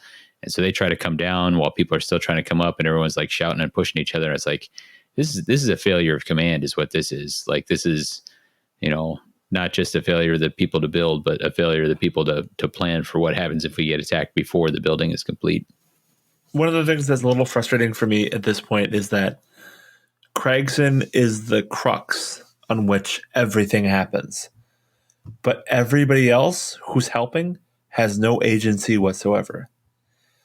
If Cragson says, this is the way that you're going to go take this brick, everyone just does what he says.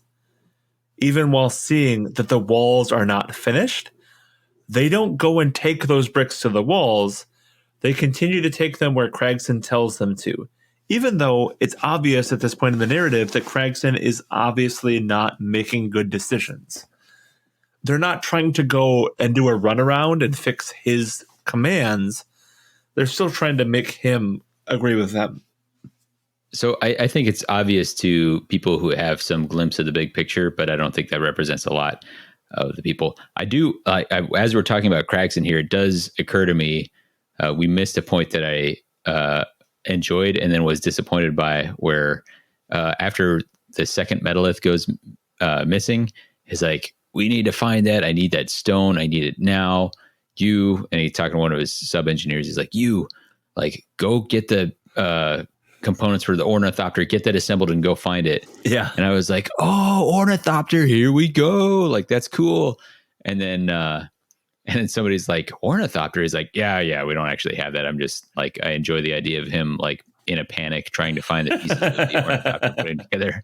I was like, oh, you crushed him, but you also crushed me, my man. Like, I wanted to see an ornithopter zipping around.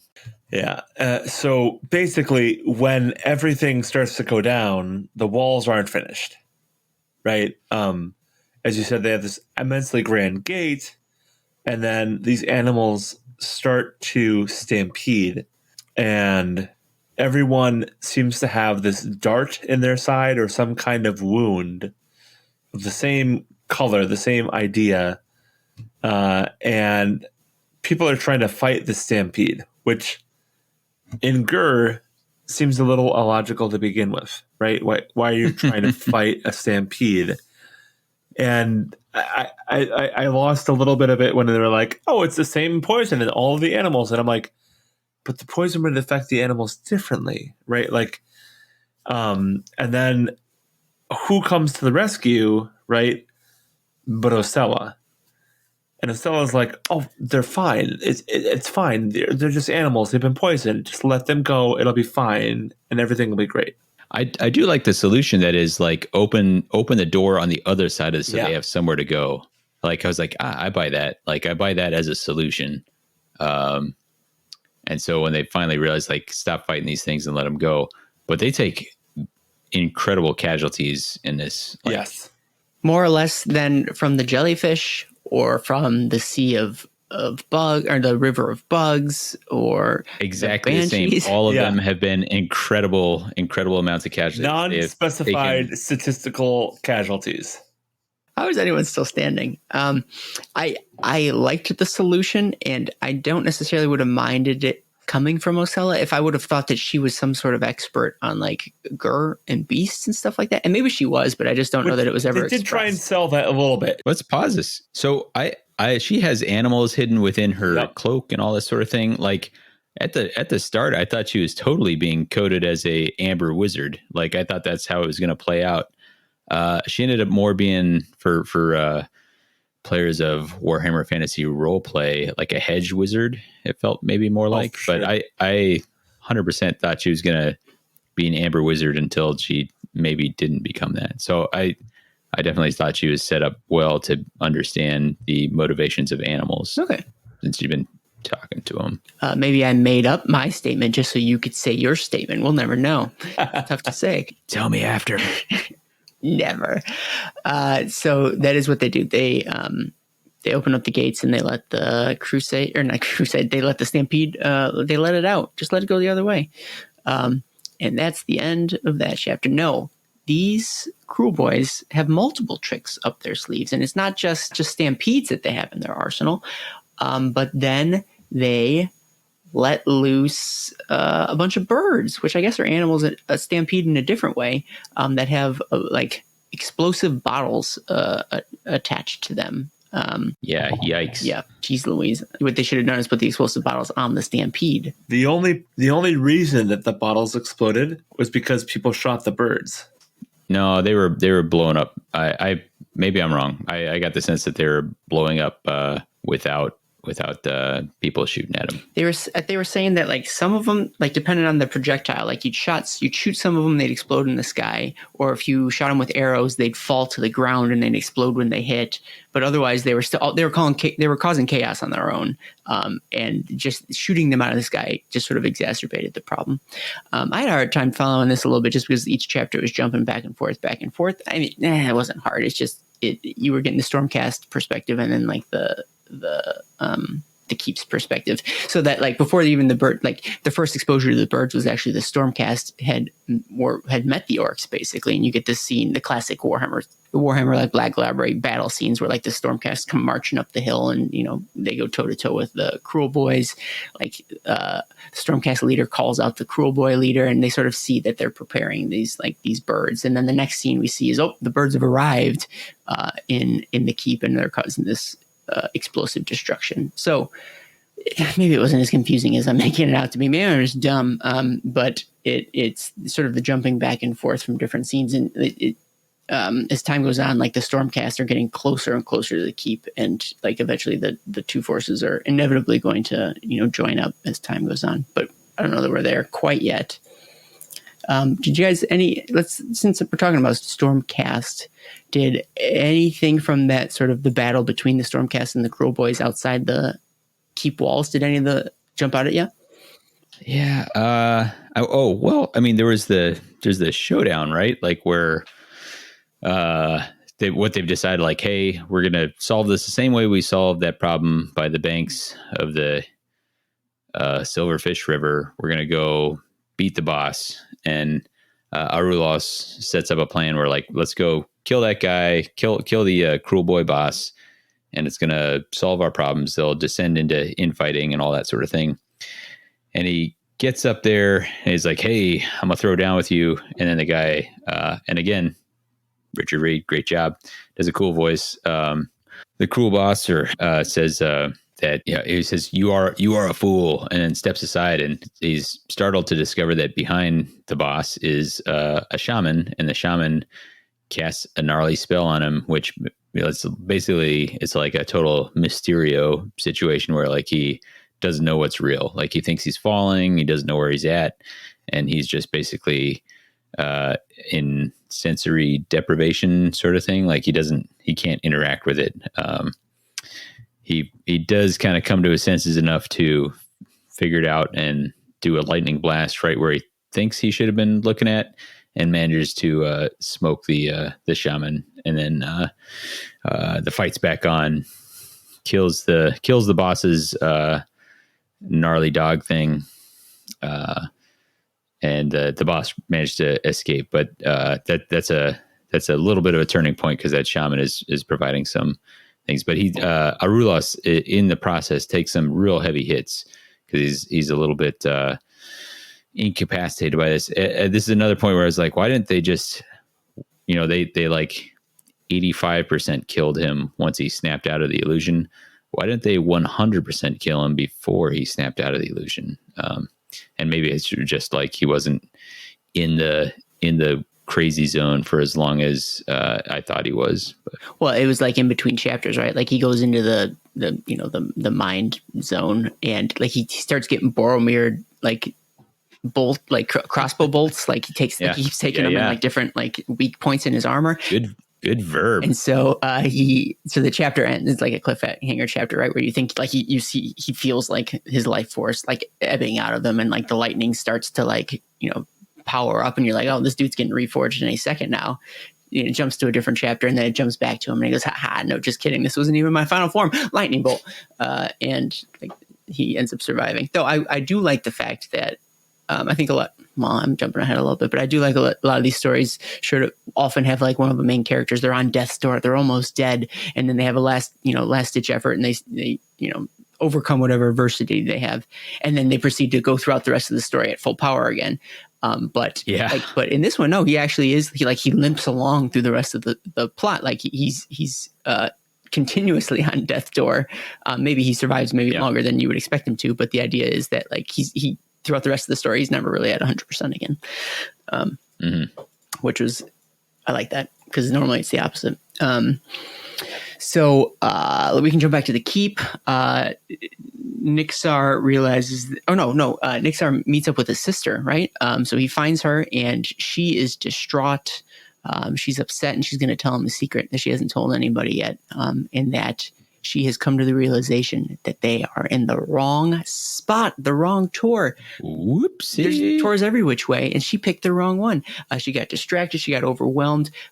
She got confused, and it turns out she specifically says it was really hard to understand what Sigmar was saying. I was like, oh, it feels like a huge flaw in the process. Like that. Ooh, man, that is not great. How about coordinates, Sigmar? How much you get me some longitude and latitude, perhaps?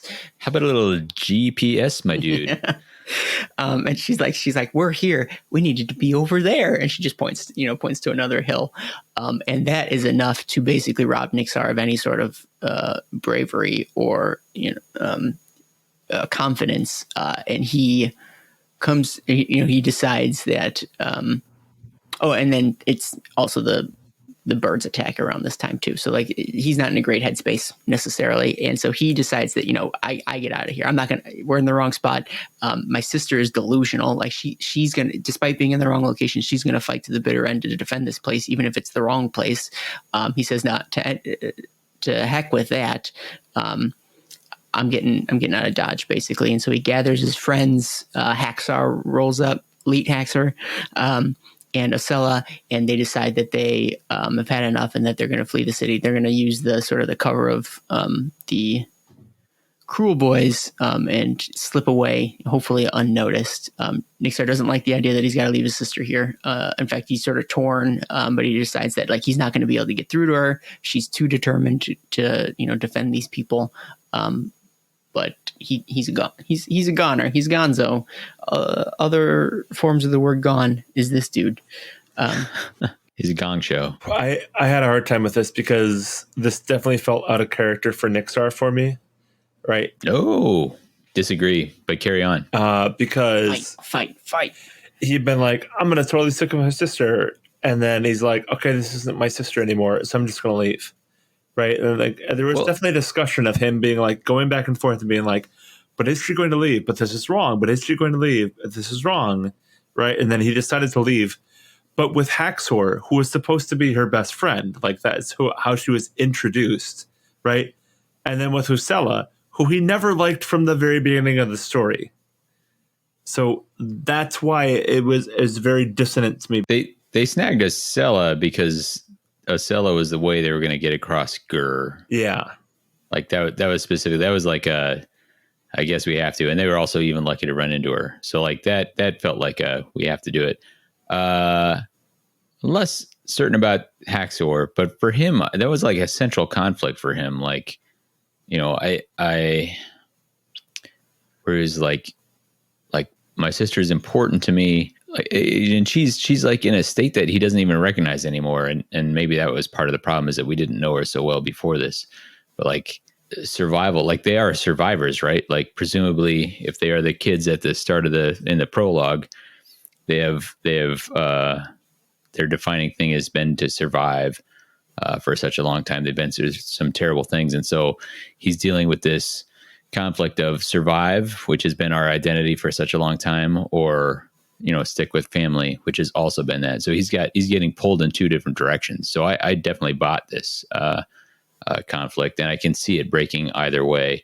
And he's a guy who doesn't think very highly of himself. Like he thinks highly of his prospects. Like he thinks that, I can be a noble someday. I can live in a fancy townhouse or something like that. But I don't think he thinks well of his current circumstances or himself. And so I think him kind of letting himself down, so to speak, is in character. So I bought him breaking this way.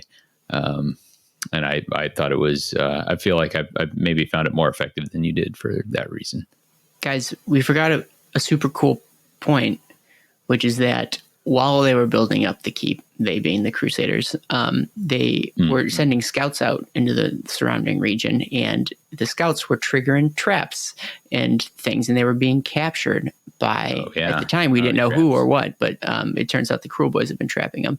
And so they occasionally were stringing up Crusaders, like basically crucifying them out in the distance, but within eyesight of the keep. And anytime the Crusade had sent guards to go like rescue these still alive, strung up, humans, they themselves would fall into traps and, fall into spiked pits and things like that. And so I'll tell you how we can have accidentally glossed over it is that the book a little bit did as well. Like it didn't tell us like, hey, this is happening. It told us, hey, this did happen already, which was a little bit of a weird thing to have, time had passed. And they're like, hey, there's somebody strung up out there. And Captain Tyndaris was like, yeah, we're not going to go save him because here's all the things that have already happened when we tried to save him. You're like, oh, all this stuff happened already. Oh, all right. And it's fine. So we know that these traps exist out there. And lo and behold, Nixar and his friends find out about them too as they're sneaking out of the keep. They find these traps, so they sort of like they use them like they're like pits in the ground, and so they're able to like crawl into them and like avoid the orcs. But it's around this time, I'm trying to think if there was an actual trigger that made him change his mind, because Nixar has a change of heart, and as quickly as he decided to abandon his sister, he says, no, you know what, my sister's pretty cool. I think maybe I want to save her instead. What turn? Character growth. Well, so Nixar and Haxor and Ocella hide in one of the sprung traps, right? And then they realize that there's a mechanism to the traps. And if there's a mechanism, then there must be some way to set them up, because they're like, oh, we've been walking all over these hills. Somebody must have actually set the traps. And that's why they're actually open right now.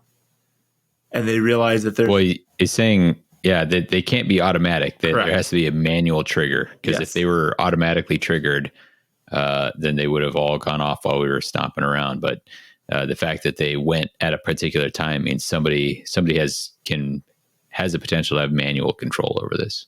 So therefore, if it's not just a random thing, then they have some agency. And if they have some agency, then there's a chance. So you're saying there's a chance. Exactly. So then, well, if there's a chance, then I need to help my sister, because it might not be possible that she's going to die right now. Okay, so it's the sliver of hope that gives him where it makes him change his mind, basically. And so they decide that they're going to use these traps against the orcs, as long as they can find the triggering mechanism, which they do. So basically they have to like fight a couple, classic, there's a whole army out there, but they just got to fight 3 or 4 Cruel Boys to get to the trap controls. What do we do? How do I do this? And they pull one lever. Oh, that one opens up, a bunch of orcs fall into it. And I'm like, okay, pull this one. And they all trigger. And in doing so, they essentially stall or maybe even rout a little bit the invading orc forces, who have been charging the keep walls at this point, as a bunch of a wide swath of them fall into the pits. That spooks the rest of them. They scatter. They're turned to infighting, et cetera, and they use that to sort of, like I said, stall that charge. Yeah, and the Stormcast see this, and they say, like, oh man, like this is the chance. Like if the defenders of Ardent Keep realize that if they attack right now, they have the power to maybe totally break this wide open. They could turn this little bit of momentary panic into a rout, but they're not necessarily seeing it. But what they would see is us in our golden armor, clad in lightning, going right into the heart of the army, and that might inspire them. And somebody points out, well, it's, there's no way, whatever it is, 15 of us against 300 or whatever the numbers are. We're grossly outnumbered. There's no way we're going to make it through this.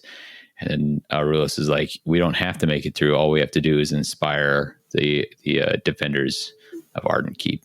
And that's what happens. They're seen, and that rouses the defenders of the keep to strike out, launch forth, and turn this panic triggered by Nixar into a full-blown victory. Yeah. This in some degree was a sacrifice from the Stormcast. They were being noble. They were, riding to save the day, not maybe for their own glory, but so that they might, save a bunch of lives, which is in some ways in contrast to what we saw earlier in the book. Zagora rides out of there standing on a horse's saddle, which, I mean, good on you. Props. I don't know if she had that skill or before, or if that's a benefit of wearing the auger stone on your forehead. Sigmar, she predicted it. She got a message from Sigmar. You got to stand on that saddle. Well, all right, Siggy, if that's what you say. Whoa. But yeah, it doesn't, actually it doesn't break things wide open. What it does is it gets them enough energy to, so they figure out that they need to go back to the Nexus siphon. They need to send a contingent back there, right? The Cruel Boys in disarray are surging forward, and the bulk of their forces are there. Now there is an element that's going to get to the proper Tor, but somebody's got to go deal. If these Cruel Boys figure out that hey, we made it in, we've wiped out everything in here, now we can turn around and wipe out the rest, then that's no bueno. And so what they need to do is send a contingent back in, and they figure out they have a plan where they're going to overload the Nexus siphon. And it's a 2-part plan that is not fully revealed to Nixar. But his sister is going to make this sacrifice again. And so she turns and rides back in. But at the time, she kind of gives him the sort of redemptive blessing. And she actually gives him the auger stone, right? She says, this is coming to you now. When I am going to die, when I do, they're going to need somebody. They're going to need somebody to look up to. And he's like, who could that be? And she's like, you, my brother. And so she and Arulos ride back in. And Arulos is just Paul's usually the one to say literally, but Arulos is literally coming apart at the seams here. And they use his Stormstrike Super Death explosion to light off the Nexus siphon and blow the Cruel Boys to Kingdom Come for final victory. So dramatic. Because they need to somehow disassemble the Nexus siphon so that they can move it to the next one, right? That's the idea.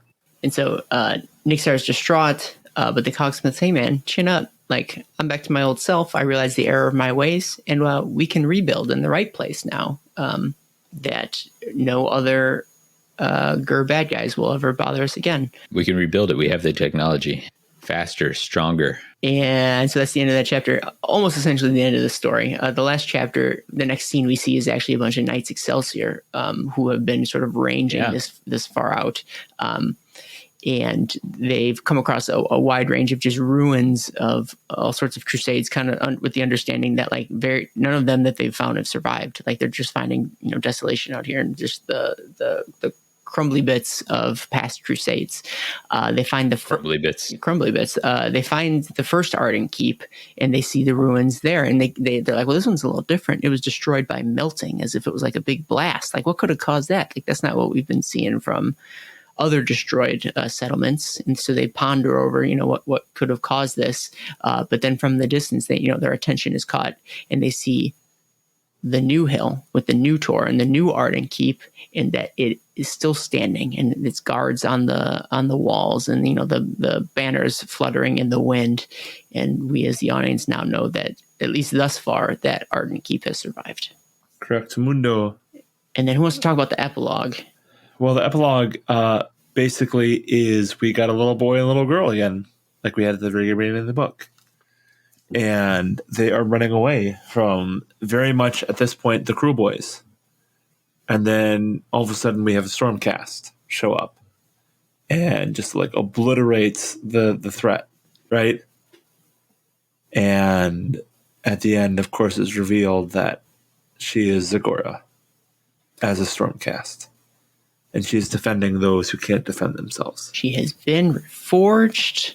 Sigmar was not done with her. So with this epilogue, when it started, did you think it was going to be Nixar and Zagora between the epilogue and getting to Excelsis, like some kind of button on that? Absolutely thought it was that. So much so that I didn't read the last page when she said her name. And I went back to the beginning and I read it a second time thinking like, well, what did I miss here? Like, what's going on? And then when I turned the page and saw that, it was a Stormcast and it was Zagora, I'm like, oh, damn it. What a waste of time. Why did I was like, I'm really going to pick this epilogue apart. Like, not realizing that it was, the end of the story and not flash backing to the beginning of the story. Let me ask you this. Could it also be that we're wrong in presuming that the kids in the prologue were Nixar and Zagora? Because I don't think they get names. Oh my. It is quite possible. My goodness. Davy. So I thought that might have been a twist, but both are possible. And there's one thing that Age of Sigmar likes, and it's that these cycles that like things repeat themselves, because we see things repeating themselves from the world that was. We see things happening in cycles. So it could be that, the first two were Nixar and Zagora, and this is another two, and here's a cycle repeated, kids fleeing from Cruel Boys and being saved. The only thing I would say that counteracts that, right, was that the father says the chain must not be broken.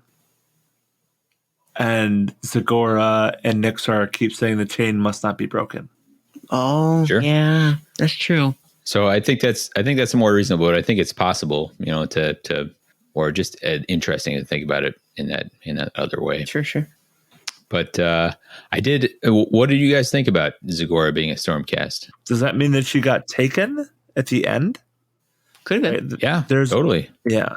So was it her ascension that dissolved the Nexus and not Arlos? No, it was, I think somebody even pretty directly, maybe it was the two, but I don't think we've seen the ascension being particularly explosive, but a Stormcast. They even actually reference it. That's something I'll talk about a little bit later, but they make specific reference to these, the new type of Stormcast, Storm Strike, Thunderstrike, coming apart with more Thunderstrike. Yeah. Sorry. Being intentionally explosive. Yeah. But I liked it. We get so used to Stormcast having been forged prior to kicking off the opening of the Gates of Azir, that you don't think quite as much in the intervening, what do we think, 100, 150, 125, something in there, number of years, that more mortals would have been claimed. And certainly what she did would qualify. It's the level of heroics and faith and dedication that you would expect would qualify you to become a Stormcast. So I kind of like that. It made sense. I tracked. Right on. Yeah, I thought it was.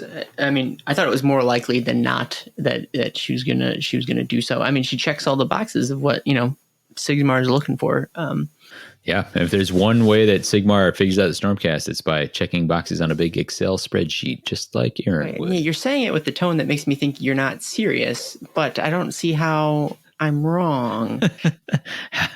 How would he know otherwise if he didn't collate the data? What other possible way is there to do so? Also, I'm trying to think. It's not that it's a reward, because as we've seen over many stories, being a Stormcast isn't necessarily a reward. But like, she seemed like she was really thrust into this position. Like, she didn't want it, she didn't ask for it, and yet she tried her. I mean, she did nothing but try to like do her best, even if she fell short. And like, there's a certain level of humility, like all the like greatest character traits you would want in a Stormcast. And so, if nothing else, I do felt like she just flat out deserved it. And plus, she's got a sweet hammer. She got to keep hammering stuff. If I had a hammer, I'd hammer Cruel Boys in the morning. All right, so let's do some questions. Let's do some standard questions. In what shape are the characters at the end? Well, Zagora's a Stormcast, so we can check that one off the list. Do you think Nixar is actually going to be in some sort of leadership position moving forward? I thought that was the. I think so. Yeah, I thought he was the leader of Argent Keep. Oh, did they explicitly say it? I might have missed that. I may be wrong, but that was my understanding of how they finished it. Well, in that case, I'll ask: ought he be in a leadership position? I had a hard time with that. He's just a dude. I think he grew into it. I think his sister parting words and his realization when he turns around, I think that was like the crux of the story, is like he's figured out like that he doesn't have to, that he's worth something right now, that it's not what he could be. He's worth something right now, and that lets him become something better. So I believe that he could grow into that leadership role. I would buy it. All right. Man, whenever Davy says something, he's just so convincing. I want to believe him. But like, when I asked the question, my answer was no. I don't think so. I'm not saying that. See, if like the Hollywood movie, yeah, that's where the arc goes, right? Like, this is where everyone wants him to live up to that potential, and I needed more to essentially prove that to me. But that's not to say he couldn't down the line. It's just I hadn't seen it yet. But who's to say? Yeah, I don't deny that Nixar could have been somebody who could have founded the city. I just don't buy that he would have been somebody that would have consistently provided good leadership throughout the time that it required for another Stormcast or another exploration area to be there. Does that make sense? Yeah, I mean, he was not on his own, right? Like, he still had Haxor and Tindaris and Cragson to be there. I think, we glossed over a scene. There was one where, he kind of comes out and people are like, oh, like, tell us a story. Like, they're looking for motivation. They're in a lull in the fighting. And they're like, tell us a story of, how your sister discovered the prophecy. And he's like, yeah, I mean, she was helping me hide stolen stuff. And they're like, what are you talking about? And he's like, oh man, like, I really had an impact on these folks. JK, like, that was definitely a joke, for sure, a joke.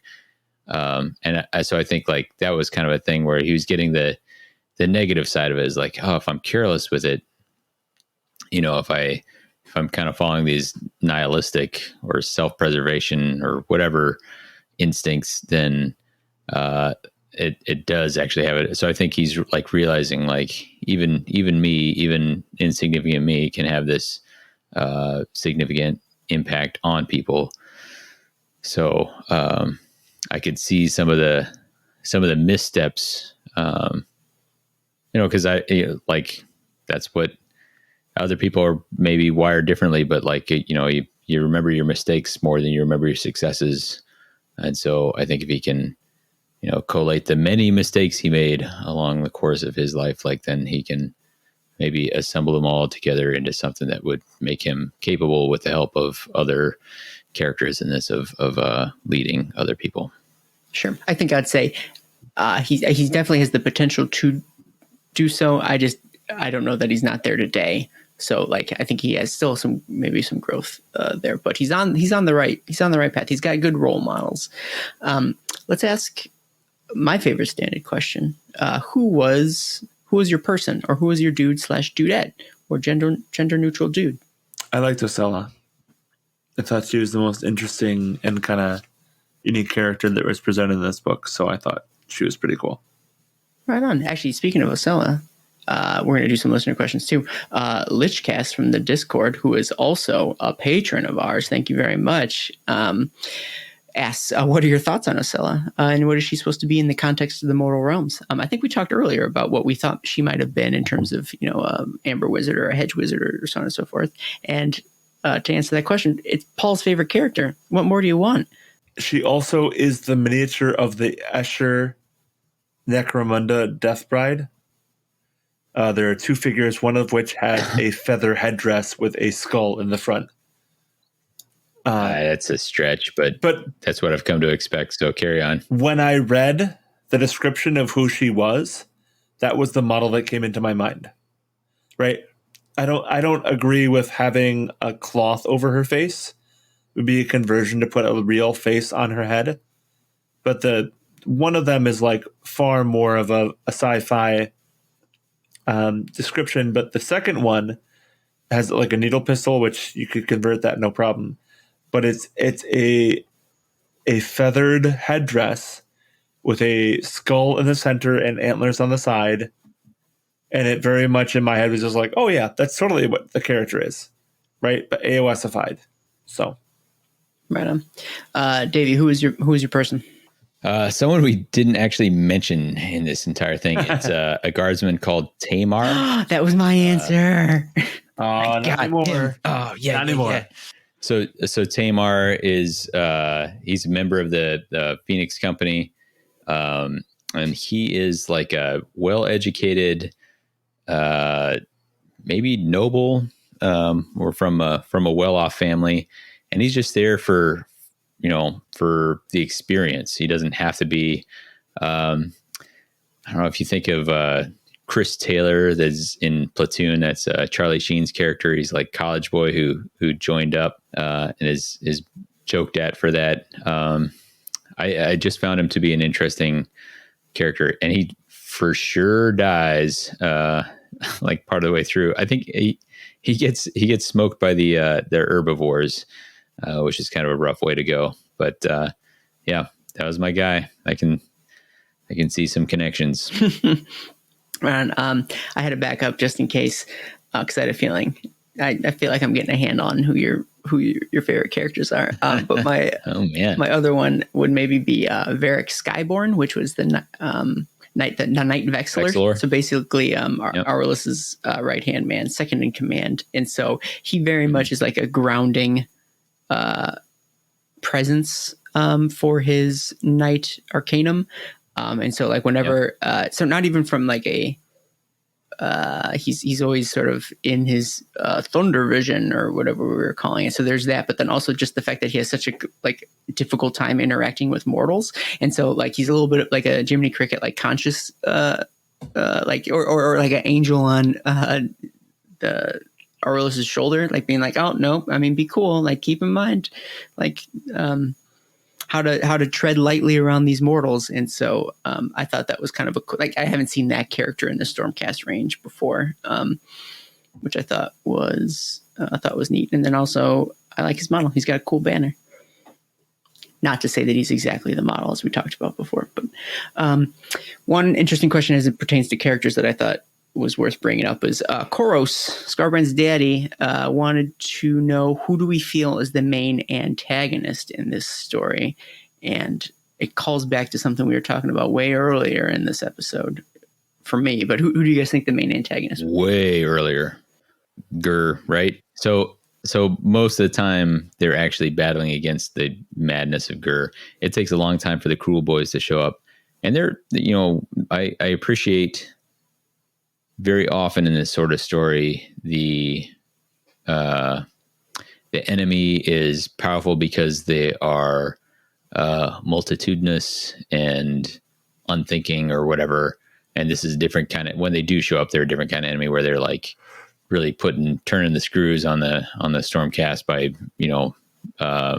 psychological warfare, and they do a ton of their damage on Ardent Keep from animals that they have like repurposed to be engines of destruction. So that's cool. But I would say for most of the book, it feels like Ghur is the main problem that they're fighting against, and there is actually no name applied to any of the villains, which I'll be honest, I kind of missed. We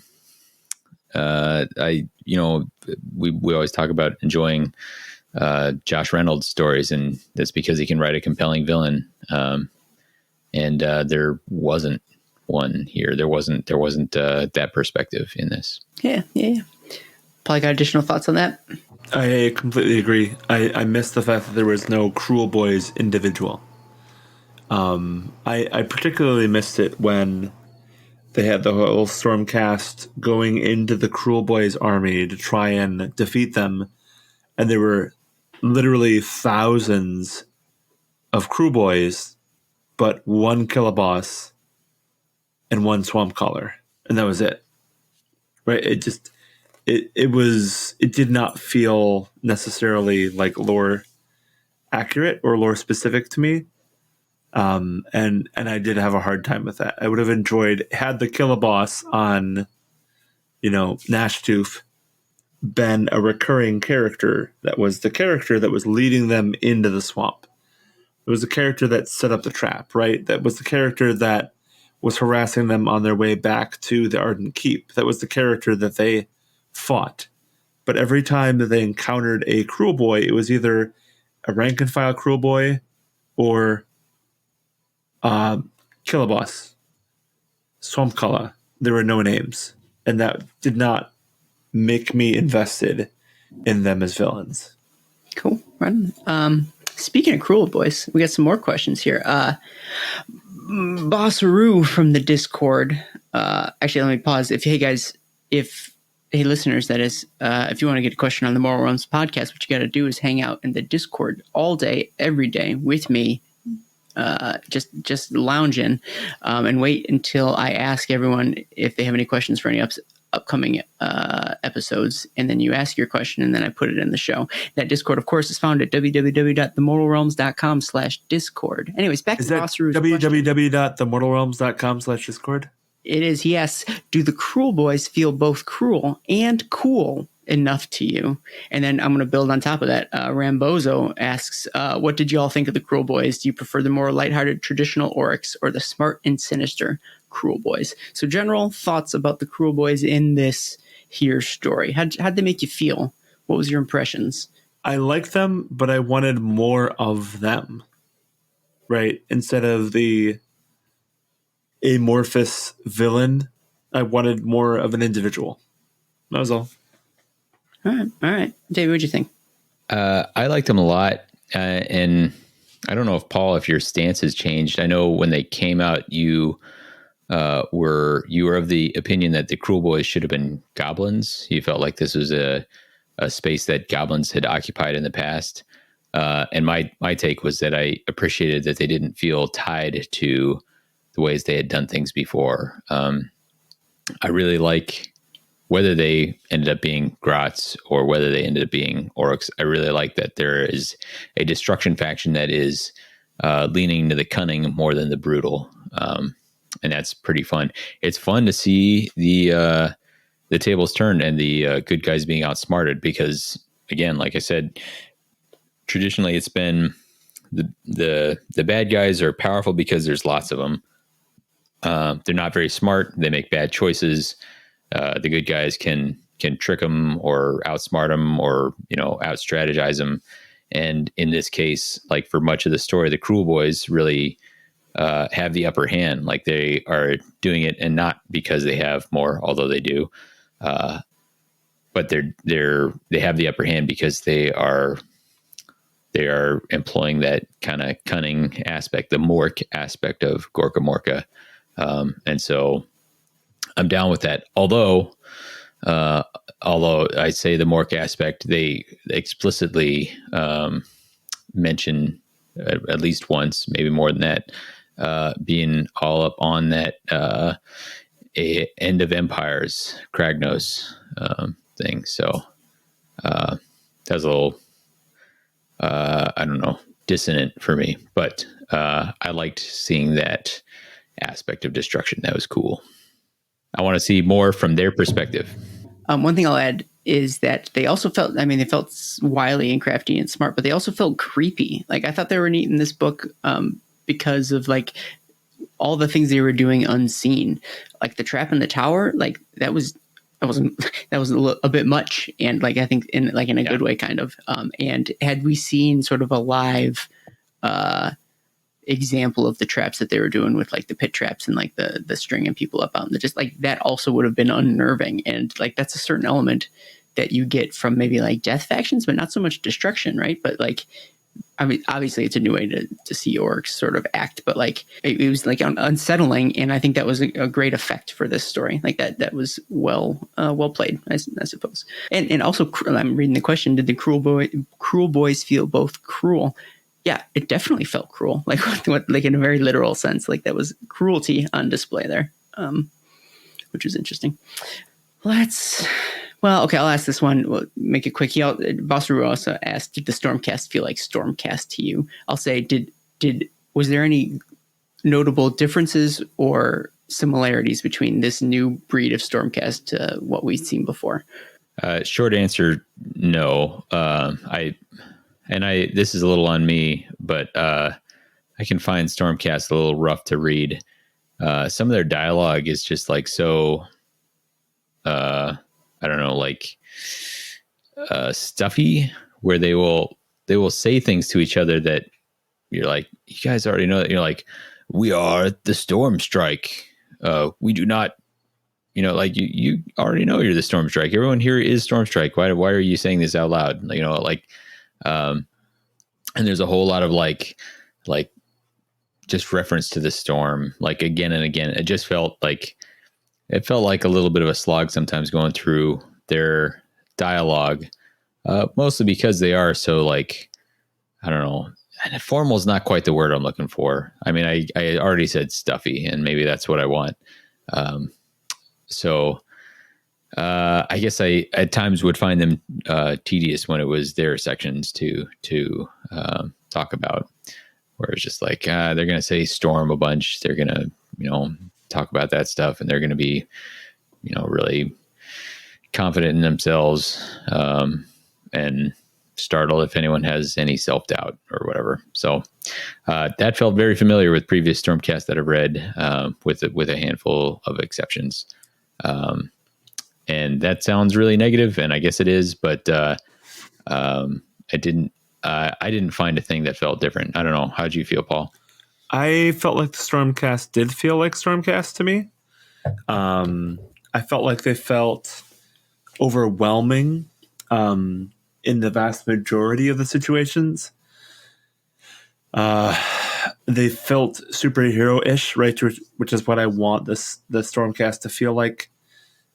There were parts where I think the Cruel Boys were, despite the fact that they weren't individuals, they were overemphasized, and their tactics were just all-encompassing, which is more of what I had a hard time with, which is not that the Stormcast weren't Stormcast, but that the Cruel Boys were so all-powerful that it was hard for me to like stay invested in the narrative, where it was like, oh yeah, well, they're going to eat their armor and they're going to destroy their mind and they're going to be able to avoid all of their strikes.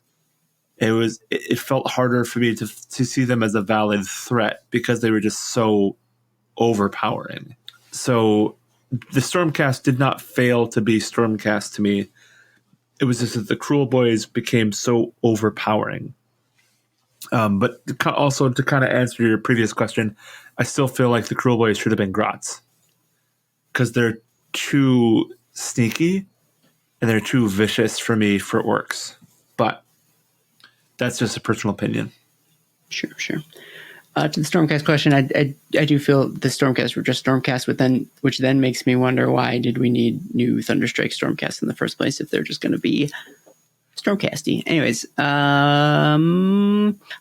questions from Sever, also a Patreon supporter. Also, and I'll add, hey, dear listener, if you want to support the show via Patreon, you can. I'm trying to think what the URL is. You can find us on Patreon at www.themortalrealms.com/Patreon, or maybe it's patreon.com/themortalrealms. Maybe it's both. We'll figure it out in post.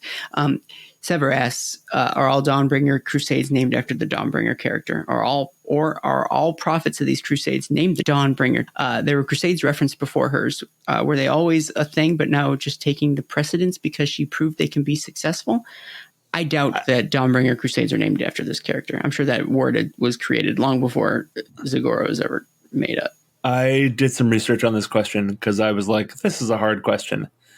Are all Dawnbringer crusades named after the Dawnbringer character? No. Are all prophets of these crusades named the Dawnbringer? Yes. They're called the Dawnbringer crusades or the Dawners. But it's not because they are named after the character of Zagora. It's just that is the name of this crusade, right? There are crusades referenced before hers. Were they always a thing, but are now just taking precedence because she proved they can be successful? No. They are a thing now, as of AS 3.0.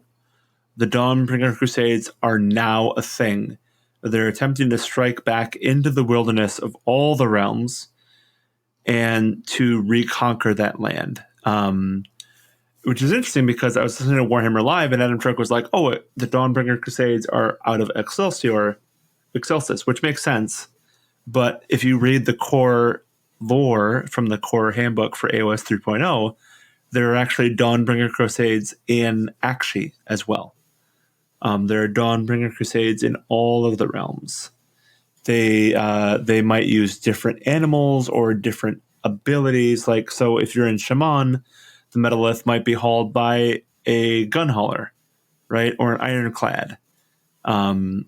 So this is more of, this is where we are right now. So I think that answers all the questions. Yeah, done and dusted. We'll move on. I'm going to rattle off a bunch of questions that all tie into the same thing, and we'll take it as a lump sum. So a Carrion from the Discord asks, do you feel Dominion is a stepping stone in the lore like Soul Wars and the Necroquake was? He also asks, do you feel that this novel tie-in has enough references and links to the Broken Realms story arc that led to it? And does this novel pave the way to further the story or inspire narrative setup for games? Pin in that. And then Kugelfame52 asks, what do you forecast as the future primary enemies for each faction in the 3.0 narratives? I'm going to group those all together, and I'm going to ask, how do you feel this book sits in the larger narrative for both the transition from 2.0 to 3.0 and sort of where we're going from here? So do you guys have any thoughts, predictions, or reflections on where we've come from and how it relates to this story? Paul, let you go first. Yes. It is a stepping stone into the lore with Soul Wars. The way that he describes the Dawnbringer Crusade is really good. I did not have any issues with the first half of the book whatsoever. The issues I had were more of just, I wanted a little bit more than I got from the narrative. Do you feel like this novel tie-in has enough references and links to the Broken Realms stories arc that leads to it? Absolutely. I think he did a really good job of placing it in the now and moving it forward from where we understood Broken Realms ended. Does it pave the way for the story or inspire narrative set up for games? Absolutely. I have a Dawnbringer Crusade army that I want to put together because of reading this.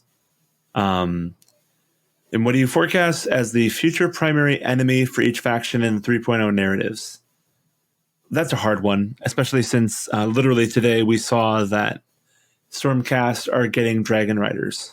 I don't know that a forecast is something that we can accurately do right now. It is the era of beasts.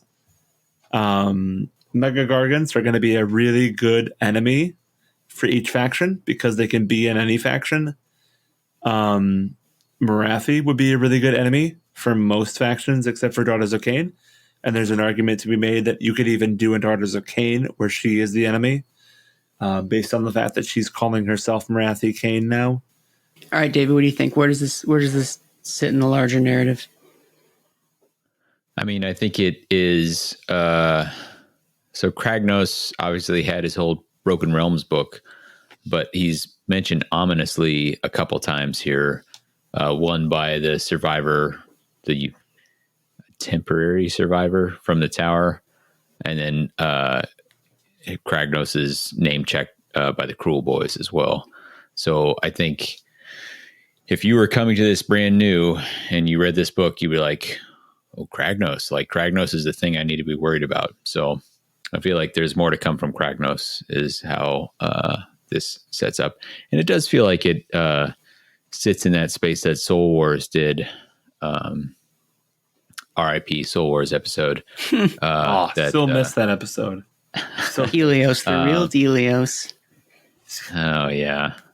But it feels like it occupies a similar spot. You know, it's introducing a faction that we haven't seen before. I mean, there was stuff that we saw in Soul Wars that never got delivered. There was like the whole like zombie queen. Like, I was very excited for that. Like, maybe, I guess we did finally get plastic zombies, but yeah, so there's not necessarily everything that gets mentioned here will get delivered upon in the time to come, but it does feel like it sits there. My Broken Realms consumption is based on listening to you guys, so not very good. I'll let you. Yeah, just terrible. I have no idea what's going on. But I'll leave those questions for you. I think that Kragnos' answer also maybe comes into the enemy thing. Like, I think we have more to see from the Cruel Boys than this book provided. There's lots of models that haven't been represented that we know are on the way. So I think it'll be focused around them. There's the Vulture Rider. What is he? The voice of Mork. Voice of Mork. So I think that'll be a big push from them. And then harder to say with the rest, right? Like, where are we coming from with the others? We saw the ghosts here, so maybe a little more Olander, but who knows? Maybe, I mean, obviously they've got big things they want to do with Death. They did a big shakeup during Broken Realms. Spoiler alert: R.I.P. Nagash and Arcan the Black. Yeah, that feels like it's definitely setting itself up for something. But what that is, TBD. So, what does that leave? Leaves Chaos, and it's been pretty quiet from Archaon for a while, so maybe he's got to come back around again. I don't know. I know it's kind of a cop out because he's the big bad already, but we haven't seen much from him other than here and there. So we'll see. What about you, Aaron? Yeah. So first and foremost, as a comparison to Soul Wars, how does Dominion fit in? I feel like Soul Wars is a much more cohesive and like coherent, like larger event. In that, like, it focused on a character. Well, maybe this is a con for some people. It's a pro for me, but it focused on a character that we knew doing big things, which is Nagash, doing big Necroquake stuff, and all the things that sort of emanated from that event were all very thematically linked and very like clear connections as to like where the story went. I've never felt that way, and by that I mean the past couple of weeks, I haven't felt that way. Sort of the transition from Broken Realms to like this new age of beasts, like it seems like a disjoint, and like they were kind of stretching as to how one led from the other. That's not this novel's fault. It's maybe the larger story, the story at large. It's not bad per se. It's just I don't think it's as like thematically tight as the Soul Wars was, which I so far had enjoyed more, despite the fact it's long stay in the moral realms. Do you feel this tie-in novel had enough references and links to Broken Realms? No, not really. And the ones that they do, and again, it's not this novel's fault. It's the storyline of Dominion. I still don't understand the connection to Kragnos, just because, I don't know, Kragnos is a force of nature, like a brute, a physical, destructive entity that does not jive with Cruel Boys, honestly, whatsoever. Like he's a muscle bound, like he's a punchy orc god, not a cruel, crafty one. Like there's not an ounce of craft in that guy. It has nothing to do with Cruel Boys. Does the novel pave the way for the furry story and inspire narrative setup for games? It probably will. Like I have that much faith in GW, and that like they do have a plan, and that this will link to other, sort of expanded stories moving forward. So I'm not completely doom and gloom about the prospects. It's just, I'll reserve my judgment until I see him, though. And who do you forecast the future primary enemy? So I agree with Davy in that it seems like we're probably going to get a lot of Kragnos moving forward. Whether or not we should, I guess, remains to be seen. But I think it's clear that the Age of Beasts is going to mirror the time of tribulations, the Soul Wars era, and they'll hopefully sort of expand destruction in the same way that they expanded death over the past, like, what has it been, 2 years or so? We got, Night Haunt, your Bone Reapers, your Soul Blights. So I think if you're a destruction fan, hold on, because you're in for some treats, I'm sure. Hold on to your butts. Hold on to your destruction butts. That's a weird thing to say to somebody. All right. I think that's the end of our listener questions. I think it's probably time that we review the dang thing. So I think it's been the longest since Paul has talked. So Paul, give us your final review. I would do 4 out of 8 spiders. Oh, we got to do numbers. Okay, go ahead. I definitely enjoyed reading it. There was a lot of stuff that I really liked about it, but I feel like it got a little bogged down at the end. And in the blog, like it that makes sense. Yeah, exactly. And I feel like it did not fulfill a lot of the promise that it was at the beginning. To quote Sever, friend of the show, I thought should have been more payoff for the things that had gone wrong and the things that had gone right in the book. And it didn't feel like there was a payoff for that for me. All right. Hey, David, what'd you think? I will say 1 out of 2 children saved from the wilds of Ghur, which sounds a little low, but I feel like I was about 50-50 on liking and being frustrated by it. There were some cool moments. I'm glad I read it, but it was tough to get past a few of the things where I thought the Stormcast were acting like goofs. I thought there were aspects of this very important crusade that didn't seem to be very well planned out. So I got to the end and I wasn't like, oh man, like that was sweet. So, but neither did I like dislike it all the way along. Like there were redeeming qualities. So that's where I land on that. Okay. Aaron, what do you rate it? I was so engrossed in your review that I forgot. I was trying to think of a solid rating mechanism. I'm going to give it 3 out of 5. So that's better than you guys just did it 50%. I'm beating your 50%. 3 out of 5 heart-eating squids. Let's pretend that those squids maybe those squids had 5 tentacles, and so they got 3 out of the 5 of those tentacles. I just thought of what I should have done instead. I should have done 2 out of 3 floating metals. Oh, that's a more accurate. I thought about that. Yeah. I'm going to give it a 3 out of 5. But wait, hold on. So 3 out of 5 is 60%, but 2 out of 3 is 67%. So Davy is actually giving a better review than you are. Davy, you always got to one up me. This is the equivalent of on a 2 thumbs up or 2 thumbs down scale. This is the nooch. This is double fists. What did I think about it? So I said it before and I'll say it again. It had all sorts of great ideas, and like I'm sure the outline read great. Essentially, like as he was drafting up the points that he wanted to hit in the story, like it followed. I understood why we went from point A to point B to point C. Like I get it. It all makes sense. in the structure. It was just the mechanism by which sometimes the decisions were made, or why a character went from here to there, or so, like you said, maybe sometimes the Stormcast made odd decisions or odd choices. It was the like I said, the interstitial spaces, the fleshed out in betweens that, like, whether it dragged, whether it was confusing, whether I don't know why someone did this or that, that's what slowed it down for me. So, like, in retrospect, looking back on it, I can think of the highlights. I remember the highlights of the book fondly, the different places that we went, the weird stuff that we saw in Ghur, the abbreviated story arcs that we saw, like the Cogsmith going from like having big dreams, big aspirations, and then sort of the fall, and then having sort of him realizing the error of his ways at the end of the book. Like, summed up that way, that's a compelling story. It's just that, like, it was maybe stretched out in a weird way. It's honestly just a feature of, or a bug of, like, these novels, right? Is they have to fill in this space with the novel. And if it just could have been, I don't know, shorter and more concise in these story arcs, maybe it would have been more enjoyable, which is odd because it wasn't even really a long book. Yeah. There was I felt like there was one thing I did particularly like, and I enjoyed the theme, and it has to have been intentional. Like, I think he did a great job of this, was the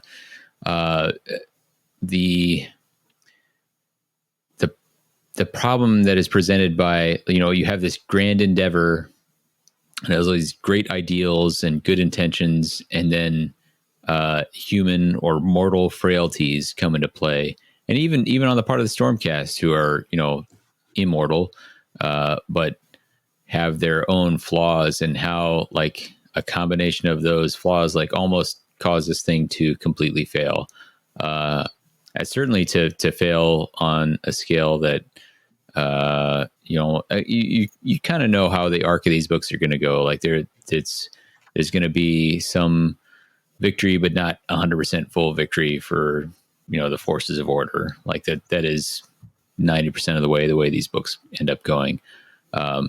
But the frailties along the way, the Nixar self-interest, the Colgrim, desire for personal glory, Zagora's inability to read the signs, and the priests around her, and so those frailties balanced by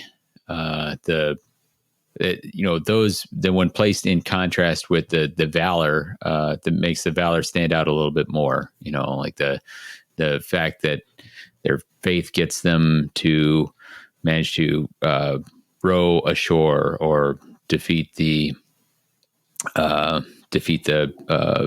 banshees they're coming in, or to make that final sacrifice, going back into the keep to detonate the not substance siphon. That's a Warhammer Underworlds card. Nexus siphon. Nexus siphon. So thematically, I like that a lot, and some of the execution left a little bit to be desired sometimes on that. I think that was one of the positives that came away. I just wanted to hit that, since I felt like it sounded like I was dragging it harder than I intended. Yeah, I feel like maybe, and for me, maybe my score isn't necessarily doing it justice, because, like, I think taken in a vacuum, each of the main characters, like, story arcs were compelling. Like, from where Nixar started to where he ended up was a relatively compelling, or I don't want to say concise, but, like, it was a clear arc that I understood. The Night Arcanum, like, I understood the difference between where he started and where he ended up. I got that. And those, I think, were relatively well crafted. I had a problem with nobody in the book had faith that worked out. She got reforged. That was pretty no, that's a hard pass on that take. Like, Zagora became a Stormcast. Yeah. She saved the day with her faith. She absolutely did, but she made the mistake of putting her faith in the wrong place to begin with. Right? Like, Sigmar. Everybody's faith was flawed.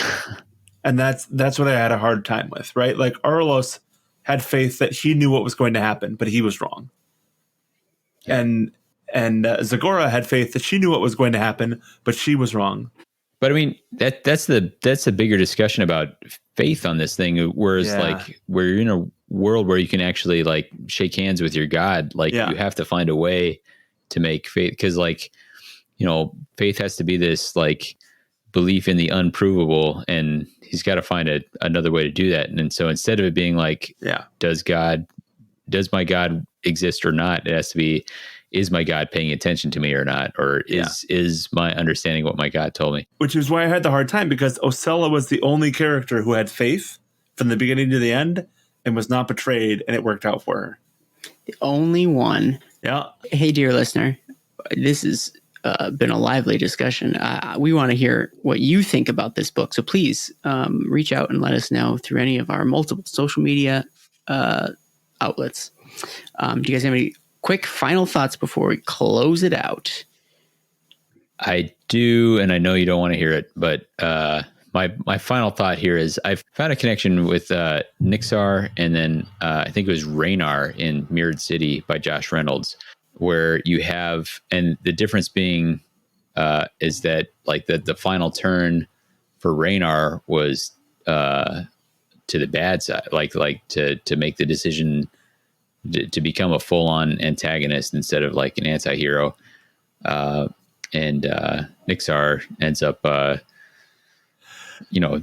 the other way, and they like I felt a lot of the way through it like Nixar could break either way, and so I enjoyed that tension. And I think maybe it was because if I had not read The Mirrored City, then I wouldn't have believed that a character in one of these books could go either way. So that tension being there was helpful. Right on. Fair play. I'll give Paul an opportunity as well. Any other thoughts? Nah, I'm good.